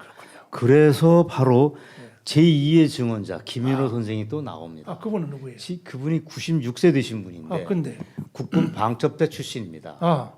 정식 군인이었던 거죠. 아. 그 전에는 이북에서 반기밀성 반공산주의 운동을 펼쳐가지고 김일성한테 골석 재판으로 사형을 선고받습니다. 이야. 그러니까 대한민국으로 볼 때는 위대한 영웅이죠. 해방 후에 바로 북한에 이제 김일성이 그렇죠. 들어왔을 때. 아. 그랬던 분인데 이분이 그 반기밀성 활동하고 테러 활동을 했다는 이유로 흥남교도소에 갇힙니다. 오. 갇혀있다 국군이 수복해오는 와중에 이분이 풀려나면서 방첩부대원으로 현지 입대를 하시는 겁니다. 이야, 그렇구나. 근데 이 스님이 뭐냐? 거기서 현지 입대해서 정식 우리 방첩대라는 게 뭡니까? 대한민국 그 보안사령부의 원조가 되는 거 아닙니까? 군대 경찰이죠. 정보사령부의 원조가 되는 거 그렇지, 아닙니까? 그렇지, 그렇지. 예. 중요한데 거기 그 김인호 선생이 받았던 첫 번째 명령이 뭐냐? 문재인의 아버지 문용영이를 체포하라는 것이었다는 겁니다. 아. 그러니까 윤월 스님이 경북 영천도에서 생포하기 직전에 흥남에서 어떻게 살았는가는 김인호 선생이 다 증언을 해준 거예요. 이야. 저는 그래서 문재인의 아버지의 정체가 윤월 스님이 절반을 증언했다면 네. 김인호 선생이라고 하는 제2의 증언자가 나타나가지고 윤월 스님이 증언하지 못하는 나머지를 설명해 줬는데 그 핵심은 뭐냐면 흥남 지역 공산당의 핵심이었다. 이런 이거는 무지하게 중요한 얘기입니다. 그냥 그때 흥남시청의 농업과장, 농업계장을 했던 거는 그냥 보직이 아니고 그때는 식량 배급권을 가진 겁니다. 아하. 식량 배급권은 공산주의 사회의 특수성이나 전시 때는 생사여탈권입니다. 아하. 이걸 가지고 있던 자, 농업과장이라고 하는 보직은 엄청났다는 거죠. 야. 근데 문재인이가 자서전에서 뭐라고 거짓말했습니까? 우리 아버지는 공산당 입당 제안을 여러 차례 받았다. 그러나 그때 끝내 거부했다라고 썼는데 이것 또한 거짓말이 되는 겁니다. 그러면 농업 개장했다는 건 인정해요? 그건 인정하죠. 문재인이도. 농업과장 인정하는데 아. 그거는 말이 안 되는 게 농업과장, 농업계장이라고 하는 결정적인 보직을 그때 생사여탈권의 다름 아닌 식량 배급권을 가진 보직을 네. 공산당원 아닌 사람한테 준다? 이건 불가능- 불가능한 얘기죠. 불가능하죠. 여기에 대해서는 너무나 많은 얘기들이 지금 방증이 많이 있습니다. 그 따라서 네. 문재인은 이번에 윤월 스님한테 한 방 얻어맞고 네. 김윤호 선생을 통해서 또 한 번 결정타를 얻어맞은 겁니다. 그 당시에 그 해방 후에 김일성한테 6.25 전쟁 일어나기까지 네. 5년이잖아요. 그렇습니다. 45년대 해방돼서 그렇습니다. 5년 동안에 북한에서 살다가 네. 6.25 때 넘어온 약 그게 뭐 한 130만 가까이 되지 않습니까? 거의 많으면 200만으로 200만? 추산합니다. 네.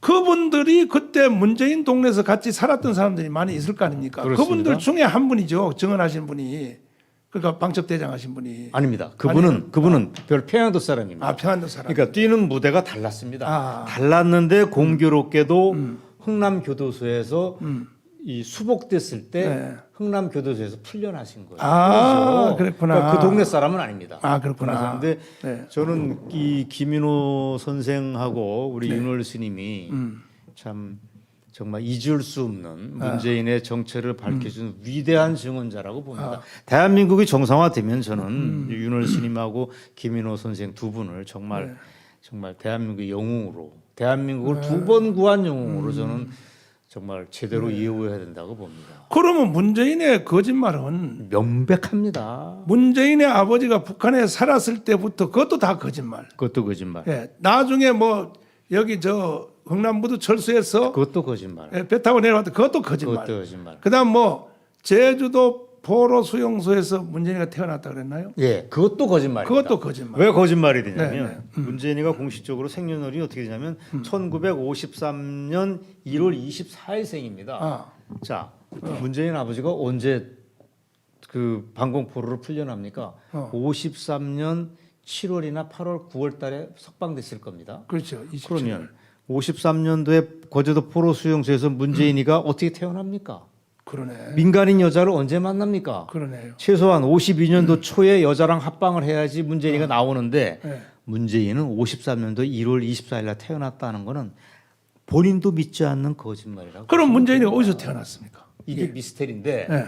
제가 저도 이제 겁이 없어졌습니다. 여기까지 하다 보니까. 그래서 드디어 제가 며칠 전에 이 문제를 깠습니다. 아, 제 결론은 뭐냐면 이 얘기를 하고 싶어가지고 저를 위해서 윤월 스님이 나오셨고 네. 그다음에 김인호 선생이 증언했는데 네. 그렇다면 문재인은 53년도 1월 달에 대한민국에서 태어난 건 아닌 건 분명하다. 아, 나머지는 우리가 추정해야 되는 거 아닙니까? 그렇죠. 문재인의 말투로 보나 여러 가지로 볼 땐 저는 네. 6.25 전쟁이 터지기 전 49년도에 흥남에서 태어났다고 봅니다. 그 어떻게 남한에 넘어? 남한은 언제 넘어왔느냐? 네. 그거는 두 가지 설이 있습니다. 네. 맨 먼저 이 문제를 터뜨렸던 그 이도영 선생, 조선일보 기자 출신, 아. 제가 아주 존경하고 좋아했던 돌아가신 이도영 선생은 네. 문재인이가 북한으로 다시 월북했다. 53년도 이후에. 그래서 지 아들을 데리고 넘어왔다. 대신 본마누라는 두고 왔다. 왜? 그때는 난파 간첩에 대해서는 네. 이 가족을 이간소로 떨어뜨려 놔야 되니까. 그리고서 남한에 있던 맞아. 거제도에서 만난 강한옥과 살림을 차렸을 뿐이지 본마누라는 안순옥이라고 하는 본명을 가진 여자가 있고 그 여자가 2004년도에 문재인이가 이산가족 때 강병옥이라는 이름으로 만나지 않습니까? 그렇죠. 저는 그게 가짜 이모고 친모라고 보는 거죠. 그러니까 이 여자가만 헤어졌을 뿐이지 이도영 선생은 문영영이가 이북에 갔다 아들 손을 잡고 내려왔다고 보는데 저는 그 가능성을 높게 보지는 않습니다. 오히려 남북을 오가는 간첩들의 가족을 주선해주는 공작원이 그 당시에는요 들락날락했어요. 들락날락했습니다. 네, 네. 저는 장사꾼들도 왔다 갔다 그렇습니다. 했는데 이 공작원이 이 고향에 두고 온 아들 네. 49년도에 태어난 문재인이를 데려다가 부산 와서 영도에서 매칭해줬다고 저는 보는 겁니다. 여기까지 얘기했으면 문재인이가 이제 나와야 됩니다. 조우성 얘기가 다 거짓말이라고 얘기하든지. 맞아. 근데 기가 막히네. 이 녀석이 네. 얼굴이 두껍게도 낯짝이 두껍게도 네. 어떻게 이 문제에 대해서 이 입도 뻥끗 안 하는 건 후한무치하게 짝이 없는 겁니다. 윤월 스님이 아까 뭐라고 그랬습니까? 천년에 한 번 나올까 말까 한 불효자라고 그랬는데 저는 다르게 봅니다. 만년에 한 번 나올까 말까 한 비겁쟁이라고 저는 봅니다. 네. 이거는 네. 어떻게 저렇게 간이 작고 밴댕이 소갈딱지 같은 친구가 현직 대통령으로 있는지 저는 이해할 수가 없습니다. 네. 내 얘기를 듣고 정말 이 모욕감을 느낀다면 정식으로 링 위에 올라와서 이 문제에 대한 토론을 하길 저는 원합니다. 이야. 예. 그러면 스님, 그러면 문재인 대통령이 태어난 장소, 그 다음에 그 자기를 낳았다고 하는 얼마 전에 돌아가신 그 어머니, 이 모든 것은 다 거짓말 아닙니까? 그러면 결과적으로 이거 맞춰보면 안 맞잖아요. 아까도 얘기했지만 네, 문재인이는 네, 자기 출생의 비밀에 대해서 네. 머리끝부터 발톱끝까지 네. 100%가 아니라 1000% 거짓말이에요. 아이고. 거짓말이기 때문에 아. 우리를 고발도 못하는 거고 아. 아무 전화 한 통도 없고 아무것도 못하는 것이 그래서 그런 거예요. 와. 그래서 이제 내가 얘기한 때는 네. 진실은 네. 속이지 못해. 진실지 못하니까 속이고 있는 거예요. 네, 네, 네, 네. 근데 다른 사건들에 대해서는요 얼마나 반응이 빠른지 몰라요. 저한테 대해서도 그렇고. 예. 근데 스님에 대해서는 이게 조용하단 말이에요. 나한테 이제 청와대에서 직접 전하고 압력으로 없고 네. 이제 제3자가 이제 압력을 했다가 지금은 조용해. 네. 그래서 이제 2월 16일 날 나갈 때 그때 이제 한 일주일 동안 네. 이제 날 보고 영웅이라고 그러고 스타가 됐다고 그러고 네. 그리고 또 이제 압력감수인데 지금은 압력도 없어. 그래도 저 조심을 좀 하셔야 됩니다. 아 조심할 것도 없어요. 네. 조심할 것도. 저는 오늘부로 네. 목사님하고 윤호 스님하고 저하고는 아까 말씀드린 대로 예비 깜빵 동기로 등록을 했습니다. 저는 그래서 든든하게 생각합니다. 혼자 가지 않으니까 늘 외롭지 않을 것 같습니다. 근데 감옥 가는 거는 제가 갔다 왔잖아요. 한번 이미 근데요. 그 겁먹을 거 없어요. 왜냐하면은 지금은 때리는 것도 없고 네, 뭐 고문하는 것도 없고 네. 그냥 솔직히 말해서 우리 교수님 같은 분들은 가는 것도 괜찮아요. 왜냐하면 왜요? 책 읽기 좋아하시지, 글쓰기 좋아하시지. 맞아요. 그럼 거기 가면요 밥 공짜로 다 주지요, 옷도 네. 다 입혀주지요. 바깥에서 돈을 한 달에 한 30만 원 정도 넣어주면 네. 원하는 거 다 살 수 있거든요. 그 안에서 사실은 뭐 농담인데 심지어 교도가 영치금 넣어주겠다는 사람이 지금 줄을 섰습니다. 그래서 제가 번호표를 나눠주고 있습니다. 그렇죠. 그런데 저는 또 예국운동 하다 갔기 때문에 네. 하루에 편지가 격려 편지가 네, 위로 네. 편지가요. 네, 네, 어떨 때는 여자들 시장 가는 거 끌고 가는 거 있죠. 네, 네. 거기 끌고 와요. 하도 많아서. 저기 네. 그 끌게 끌게. 이마트에 가면 나오는 거 이거. 네, 카터. 야. 그래가지고 교도관님들이요 날 보고 기록을 깼습니다. 기록을 깼어요. 그래요? 교도소 기록을 박근혜 대통령한테 이렇게 안 옵니다. 막 기록을 깼습니다고. 제가 다른 건 깨도 그 기록은 못 깰 것 같습니다. 전국적 지명도가 떨어져가지고. 아니 교수님이 가면은 더 많이 있다. 더 많이. 아이고 아무튼 그걸 뭐. 읽다가 보면 새벽 2시야. 아이고. 읽다가 그럼 보면 막 그 편지를 보면 행복합니까? 가슴도 뜨겁고 나도 울 때도 있고 뭐 이렇게 그 눈물도 나요. 읽어 보면. 그러시군요. 가끔 가다가 이제 예를 들어서 1000통 중에 한 통 정도는 또 고약한 편지도 와요. 그럴 수도 있네요. 네, 정강은 너 나쁜 짓 하다가 왜 거기 갔어? 막 이렇게 그런 거. 그게 1000통 중에 하나. 한 통 중에 네, 하나. 그런 놈들은 아주 나쁜 놈들인데. 알겠습니다. 그러면 이제 교수님 이제는 뭐 이건 취소할 수도 없을 만큼 네, 네. 모든 것이 정체가 다 드러났는데 그렇습니다. 그러면 원래 미국의 헌법에 의하면 미국은 대통령이 자기 영토에서 태어나지 않은 사람은 대통령 할 수 없잖아요. 그렇습니다. 그렇잖아요. 그렇습니다. 우리나라는 헌법이 그걸 규정은 이제 안 하는 걸로 돼 있지만은 네, 네, 네. 그래도 네. 이 법이라고 하는 것은 이 꼭 헌법과 법률에 명시된 것만 법이 아니라 그렇습니다. 예, 상습법도 있고 그렇습니다. 그다음에 국민들의 정서도 있는 정서법도 거고. 있고 그럼요. 예, 있는데 그럼, 예. 그러면 대통령이 자기 출생도 거짓말, 예. 태어난 것도 부모도 거짓말 다 거짓말한 사람은 대통령이 계속 유지할 자격이 있다고 생각합니다. 저는 이게 당연히 실정법 위반이라고 봅니다. 아. 선거법 위반이라고 네. 봅니다. 이건 뭐 명백하게 그렇습니다. 그렇죠.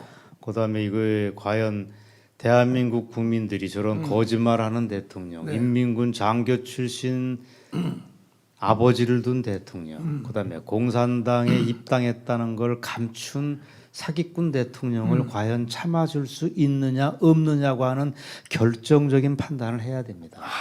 그리고 2015년도에 네. 2017년도에 네. 그 대선 때 네. 대한민국 문재인을 찍어줬던 대한민국 국민들이 정말 반성을 해야 됩니다. 정말 이럴 수가 없는 겁니다. 저는 대한민국 국민들이 한꺼번에 미쳤다고 생각합니다. 그리고 문재인의 출생 의혹은 제가 처음 얘기하는 것도 아니고 사실은 2017년 대선 때도 그때 상대당에서 자유한국당에서 이 문제 제기를 했습니다. 아. 근데 설다른 거죠. 설다로. 2012년 대선 때도 다뤘는데 서도 설다뤘습니다. 야. 거꾸로 문재인이가 빠져나갈 구멍만 만들어주고 끝났습니다. 그러다가 이번에 임기 4년 차 끝나고 5년 차에 들어갈 때 딱 걸린 겁니다. 아하. 저는 이 실체를 밝히는 거는 저는 굉장히 중요한 일이고 네. 대한민국 정치사가 한번 탈바꿈할 수 있는 결정적인 계기라고 봅니다. 또 있습니다. 이게 문재인 개인의 네. 거짓말, 문재인 개인의 사기라면 제가 네. 한 놈만 톡 찍어서 혼내주면 되겠지만 저는 그 뒤에는 이북의 손길이 어른거리고 있다고 봅니다. 북한에. 그럼요. 이건 뭐 필지의 사실입니다. 그 결정적인 매듭이 2004년도에 금강산에서 문재인이 자기의 가짜 이모 강병옥이를 만났을 때 저는 포섭됐을 가능성이 있다고 저는 보는 겁니다. 네. 그래서 문재인 이 사기꾼 대통령, 거짓말 대통령은 문재인과 이북 평양 애들이 한꺼번에 합작해서 만들어낸 저는 건국 이래 최악의 우리가 참을 수 없는 정치적 사건이라고 봅니다. 네. 이 문제에 대해서 침묵하는 언론들은 정말 언론이 아닙니다. 그러면 분명합니다. 그럼 교수님 예. 공식적으로 이제 변호사님들을 통해서 네. 청와대에서 질의서를 넣은 적은 없죠. 아, 그건 했습니다. 했어요? 그거는 저 분명합니다. 우리가 윤월 스님을 인터뷰한 게 네. 2019년 10월 달이었습니다. 네. 맞죠? 11월 4일 날 11월 4일입니까? 네. 아, 스님의 기억력이 참 컴퓨터십니다. 11월 4일 날 인터뷰를 하고 나서 이 문제를 우리가 까질 않았습니다. 1년 4개월이 동안에 계속 이거를 홀딩해 놨습니다. 그리고 스님하고 인터뷰하고 나서 며칠 뒤에 바로 청와대에 취재 요청서를 보냈습니다. 우리가 이 문제 문재인 출생 의혹을 가지고 취재를 할 테니까 네. 정식으로 질의응답을 하자는 제안을 보냈습니다. 네. 그런데 거기에 대해서도 또 꽁고먹은 소식으로 가타부타 말이 없습니다. 네. 따라서 우리가 1년 4개월, 1년 반이 다 된 시점에서 네. 그 스님이 녹화 영상을 폭로한 거는 이거는 국민의 알 권리를 위해서 피할 수 없는 선택이었습니다. 네. 그다음에 목사님의 책임이 큽니다. 네. 그 직전에 네. 우리가 까기 직전에 마침 이 문제를 가지고 문재인을 실체를 밝혀야 된다고 판단을 하셨고 저를 자꾸 옆구리를 쑤셨습니다. 그래서 저도 잔머리를 굴려가지고 혼자 깠다 모두 뒤집어 쓰고 불이익을 당할 수는 없다. 그런데 뒤에 목사님이 계시다. 야 이거는 기회는 찬스다. 네. 이게는 호랑이 등에 올라타서 나도 한번 달려보자 네. 하고 마음껏 달려서 여기까지 온 겁니다. 네. 제가 그때 들어볼 때 정황을 볼 때 예. 이거는 뭐 반드시 사실이라고 저는 그렇게 믿어진 이유는 네. 반응에 대해서입니다. 저에 대해서는 즉각 반응하고 뭐 정강훈 구속시켜 법정 채광을 때려라 공개적으로 그것도 방송에 대고 저 했거든요. 문재인이가 네. 정강훈 재구속시켜 법정 채광 때려라. 네, 네. 그런데 이 사건에 대해서는 대답 안 하는 걸 보니까 저거는 동조 인정한 걸로 저는 보였고 네.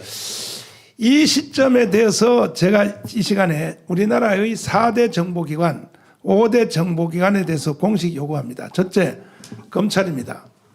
대한민국 검찰들 뭐 하십니까? 맞습니다. 이제 윤석열 총장이 뭐 그만뒀다고 해서 그 밑에 계신 여러분들 괜히 말이야 적은 주제 가지고 뭐 괜히 떠들지 마시고 이게 대한민국의 존재에 대한 문제인데 왜 수사 안 하십니까? 맞습니다. 오늘부로 네. 바로 수사팀을 만들어서 수사를 들어가기를 바라고 네. 그다음에 경찰입니다. 정강훈 목사만 잡아넣지 말고 아니 그 경찰들 당신들요 반드시 세상 바뀝니다. 내년 3월달 되면 천지가 바뀝니다.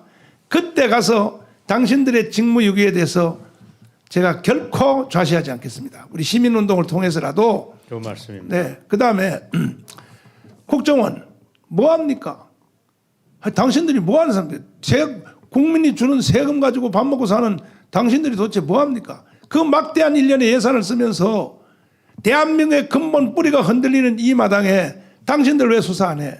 그다음에 군대 물론 요즘은 못하게 돼 있지만 못할 거 없어요. 이거는 대통령에 대한 사항이기 때문에 할 수 있습니다. 기무사 뭐합니까? 그다음 다섯 번째로 최재형 감사원장님 원자력 발전소 그 감사를 시작해서 문재인의 정체가 드러나게 된 것에 대해서는 감사하지만은 그거보다 더 심각한 지금 이 주제가 나타났는데 그렇습니다. 감사원에서 이거 조사 안 하고 뭐 하십니까? 네. 5대 기관이 나셔서 네.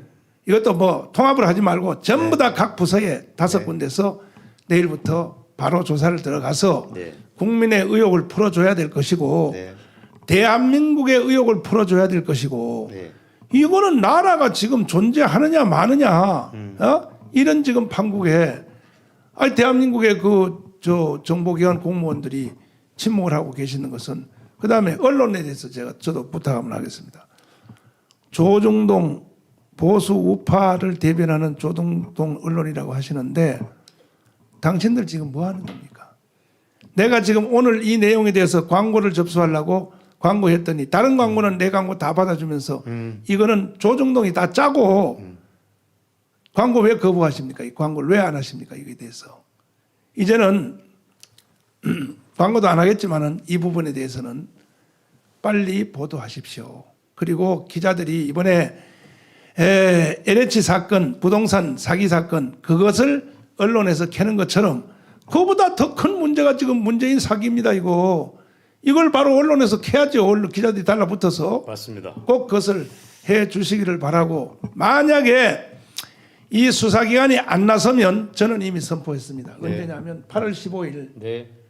8월 15일 국민대를 이미 선포를 했는데 네. 이번엔 1,000만 명 사전 조직을 해서 우리는 8월 15일 우리는 8.15 행사를 통해서 반드시 문재인을 끌어내고 용서할 수가 없어요. 용서할 수가 없어요. 만약에 문재인을 내년 3월 때까지 그대로 뒀다가는 저 사람의 목적지를 달성할지도 몰라요. 대한민국 해체하고 그렇습니다. 북한으로 갖다 바칠지도 모릅니다. 뭔 그렇습니다. 짓을 할지도 모릅니다. 그렇습니다. 하는 짓을 봐서 그래서 지금 그 다음에 더 이제 섬세한 부분은 엄청나게 내용이 많은데 시간 관계상 또 다음에 언제 또 한번 자리를 마련해서 예, 좋습니다. 계속 집요하게 예, 예. 국민들의 알 권리를 예.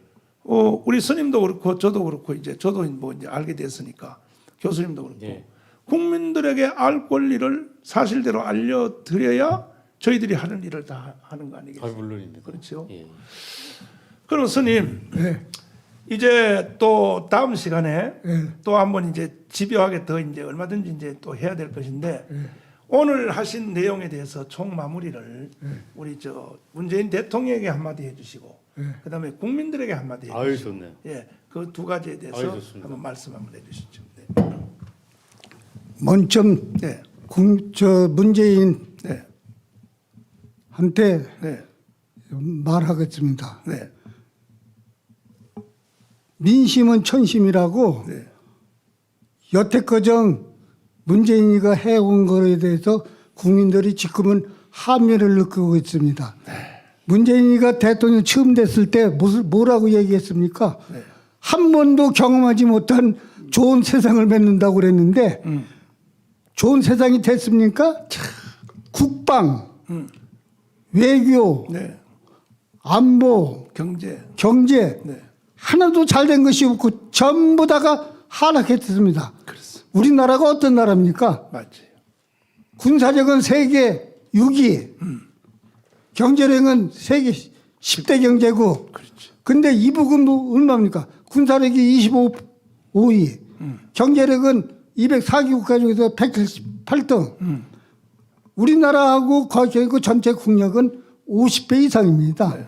그런데 문재인은 아직도 또 자기 아버지를 생포했다고 하는 사람이 나와서 증언을 할 것 같으면 거기에 대해서 똑바른 답이 있어야 될 거 아닙니까? 네. 근데 아무런 답이 없어요. 그 왜? 내가 말하는 것이 진실이기 때문에 그러는 겁니다. 네, 네. 그 진실 앞에서는 허위가 이길 수 없어요. 그렇죠. 그 옛날 이런 얘기가 있습니다. 네. 사람이 사람을 속이면 사람은 속일 수 있지만 진실은 속지 않고 시간이 그늘 속에서 사라질 뿐이다.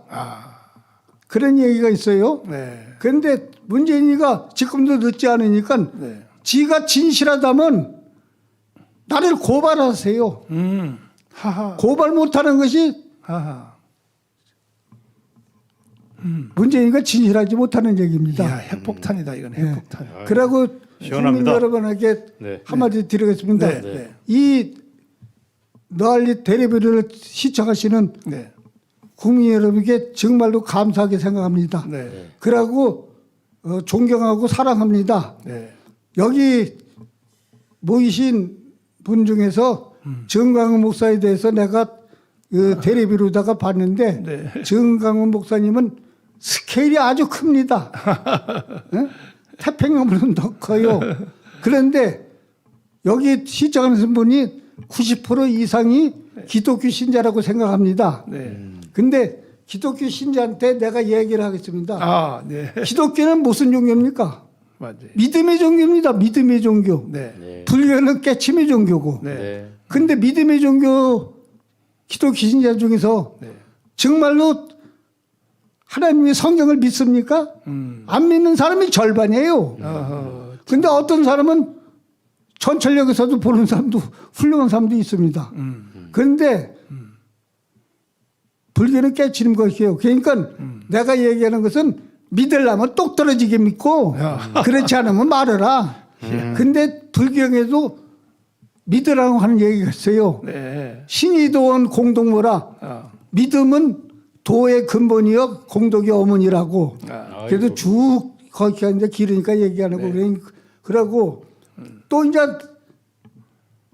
걔는 성경을 믿고 네. 성경에 따르고 네. 근데 어떤 사람은 네. 300독을 읽었다고 하는 분도 있어요. 네. 근데 신구약 66권 중에서 장수가 몇 장이면 1189장이에요. 네. 글자로는 약 500만 자가 됩니다. 네. 예? 나도 시방 성경책을 가지고 있습니다. 스님이지만. 네. 이제 영어로 다 써 있고 절반은 이제 한국말로 쓴 거. 네. 다음번에는 내가 그 성경책을 가지고 있습니다. 이야. 아이고. 네. 네. 그리고 이제 한 가지 이 너알라 데이비를 보는 시청자한테 내가 한 가지 부탁이 있습니다. 네. 이제 사람은 사는데 네. 구심점이 있어야 됩니다. 구심점. 네. 이제 일본 같으면 철학이 구심점이에요. 근데 정강원 목사님하고 인연이 돼서 그 이 대리보고 그러니까 정강원 목사님이 얘기하는 것에 대해서 반발하지 마시고 순종하세요. 그게 구심점입니다. 구심점. 감사합니다. 마무리 발언해 주시죠. 그 우리 스님한테 오늘 기독교인들이 한 방 먹었습니다. 똑바로 믿으시라고 한 방 먹었습니다. 왜 그러냐면은 아니 불의를 보고도 분노하지 않으면 그거는 우리 스님한테도 한 방 먹어야죠. 먹어야 되고 근데 예상외로 여기 시청자들 중에는요 그 불자들도 많이 들어와요. 여기. 있겠지요. 내가 볼 때 거의 한 3분의 2는 기독교인이고 3분의 1은 신앙 없으신 분들이 여기 이제 저기 댓글도 많이 올라옵니다만은 저도 마지막으로 이제 문재인에게 한마디만 짧게 하겠습니다. 네. 뭐냐. 절대로 자살하지 마십시오. 문재인 좌파 종북주의자들은 뭐가 걸리면 자살만 하면 다 된 줄 아는데 절대로 박원순처럼 자살하면 안 돼요. 그다음에 노무현처럼 자살하면 안 돼요. 노회찬처럼 자살하면 안 돼요. 자살로서 모든 것이 다 피해간다고 생각합니까? 어림도 없습니다. 그래서 자살하지 말고 국민들 앞에 회개를 철저히 하시고 용서를 구하고 그리고 처벌받고 아니, 당신 두 사람을 지금 저 이명박하고 박근혜 둘이 감옥에 넣어놨잖아요. 당신도 그 자리에 들어가면 돼요. 들어가서 뭐 10년을 살든지 5년 살든지 한 5년쯤 살면은 제가 구명운동 해드리겠습니다. 그러니까 절대로 자살은 하면 안 됩니다. 모든 국민들 앞에 모든 사실을 다 얘기하고 그동안 주사파 정치한 거, 북한을 위해서 정치한 거 모든 것들을 사실대로 다 국민들 앞에 자복하고 그래서 죄값을 분명히 이제 치러야 됩니다. 이제 모든 이 전체를 사실은 오늘까지 이끌어 오셨는데 고생도 많이 하셨고 참 누가 뭐 돈 주는 사람도 없고 후원해 준 사람도 없는데 외롭게 이 정말 국가를 위해서 진리를 바로 세우기 위해서 애써 오셨는데 우리 앞으로 이 조석 교수님 뭐 유튜브 새로 만드신다 그러더니 어떻게 연락이 예, 없어요? 만들었습니다. 만들었는데 만들었어요? 이 문제가 터지는 바람에 터진 바람에. 뭐 겨를이 없었습니다. 그럼 첫 방송은 언제 하십니까? 첫 방송님이 한다고 뻥은 쳐놨는데 네. 뒤에 후속타가 없었던 거지. 아니 첫 방송요. 예. 저 빨리 해야 저도 거기 가서 이제 뭐 또 출연해 주시면 영광입니다. 저도 마무리 발언은 짧게 하겠습니다. 네, 그렇죠. 두 가지입니다. 제가 먼저 한마디 짧지만 하고요. 두 가지. 빨리 예. 그걸 여서야 네. 국민들이 지원금을 보내드린다니까요. 뭐 어쨌든 뭐 이미 만들어 저부터. 놨으니까 예. 이제 제가 이제 그 멍석 위에서 네. 춤을 추겠습니다. 네. 그러면 이제 총 전체 예, 마무리를 한번 해주시죠. 제가 말씀드린 건 두 가지입니다. 네. 짧게 말씀을 각각 드릴 텐데 첫 번째는 오늘 이 자리가 저한테는 아주 뜻깊은 자리입니다. 네. 왜냐하면 개신교를 대표하는 목사님이 계시고 네. 또 불교계의 원로 스님이 나오셔가지고 그러시네요. 저는 이 그림이 아름답다고 봅니다. 네. 종교가 뭡니까? 나라가 있어야 종교가 있는 겁니다. 근데 두 분께서는 그런 문제에 대해서는 종교 간의 벽이 전혀 없이 나라 사랑하겠다는 데 대해서는 이 조금도 일치에 흐트러짐이 없는 모습이 저는 옆에서 지켜보면서 기분이 좋았습니다. 네. 그다음에 둘째 발언은 이겁니다. 아까 목사님이 그 얘기를 하셨지만 네. 저나 윤월 스님이 불이익을 당하는 경우보다는 뭘 아는 사람들은 거꾸로 문재인 걱정을 많이 합니다. 왜냐하면 이 문제는 아까 말씀을 드렸듯이 개인의 사기고 거짓말의 문제이라기보다는 대한민국의 주사파하고 평양의 김일성주의자들하고 같이 결합된 형태의 범죄입니다. 맞아요. 따라서 문재인 개인의 비밀이라고 하는 게 이게 폭로될 경우에는 남과 북에 있는 좌빨들이 공멸하는 계기가 됩니다. 네. 따라서 쟤네들이 가장 선호하는 수법이 뭡니까? 문재인 하나만 사라져 주면 평양은 손 하나도 안 대고 자기들은 다침 없이 이 사건을 종결질 수 있습니다. 주사파로 볼 때는 문재인의 개인적 비리로 끝내고 자기들은 건재할 수 있다고 보는 겁니다. 문재인이 없어지기를 가장 바라는 세력인 남과 북에 동시에 있습니다. 네. 저보다 문재인이 지금 더 문제입니다. 네. 그래서 문재인이 부디 안녕해 줬으면 좋겠다 하는 역설적인 제안을 드리는 걸로 제 발언을 오늘 마무리 짓겠습니다. 네.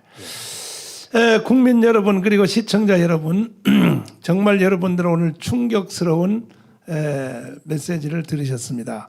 앞으로 진행되는 과정에 대해서도 우리 스님과 또 우리 교수님이 여러분들의 그 알 권리를 충분히 채워드리도록 계속 애써 보겠습니다. 저도 역시 마찬가지입니다. 네. 그러면 다음 시간에 또 뵈야 될 것 같습니다. 네. 네, 네, 감사합니다, 스님. 수고 많으셨습니다. 네, 감사합니다. 네. 네, 네, 네.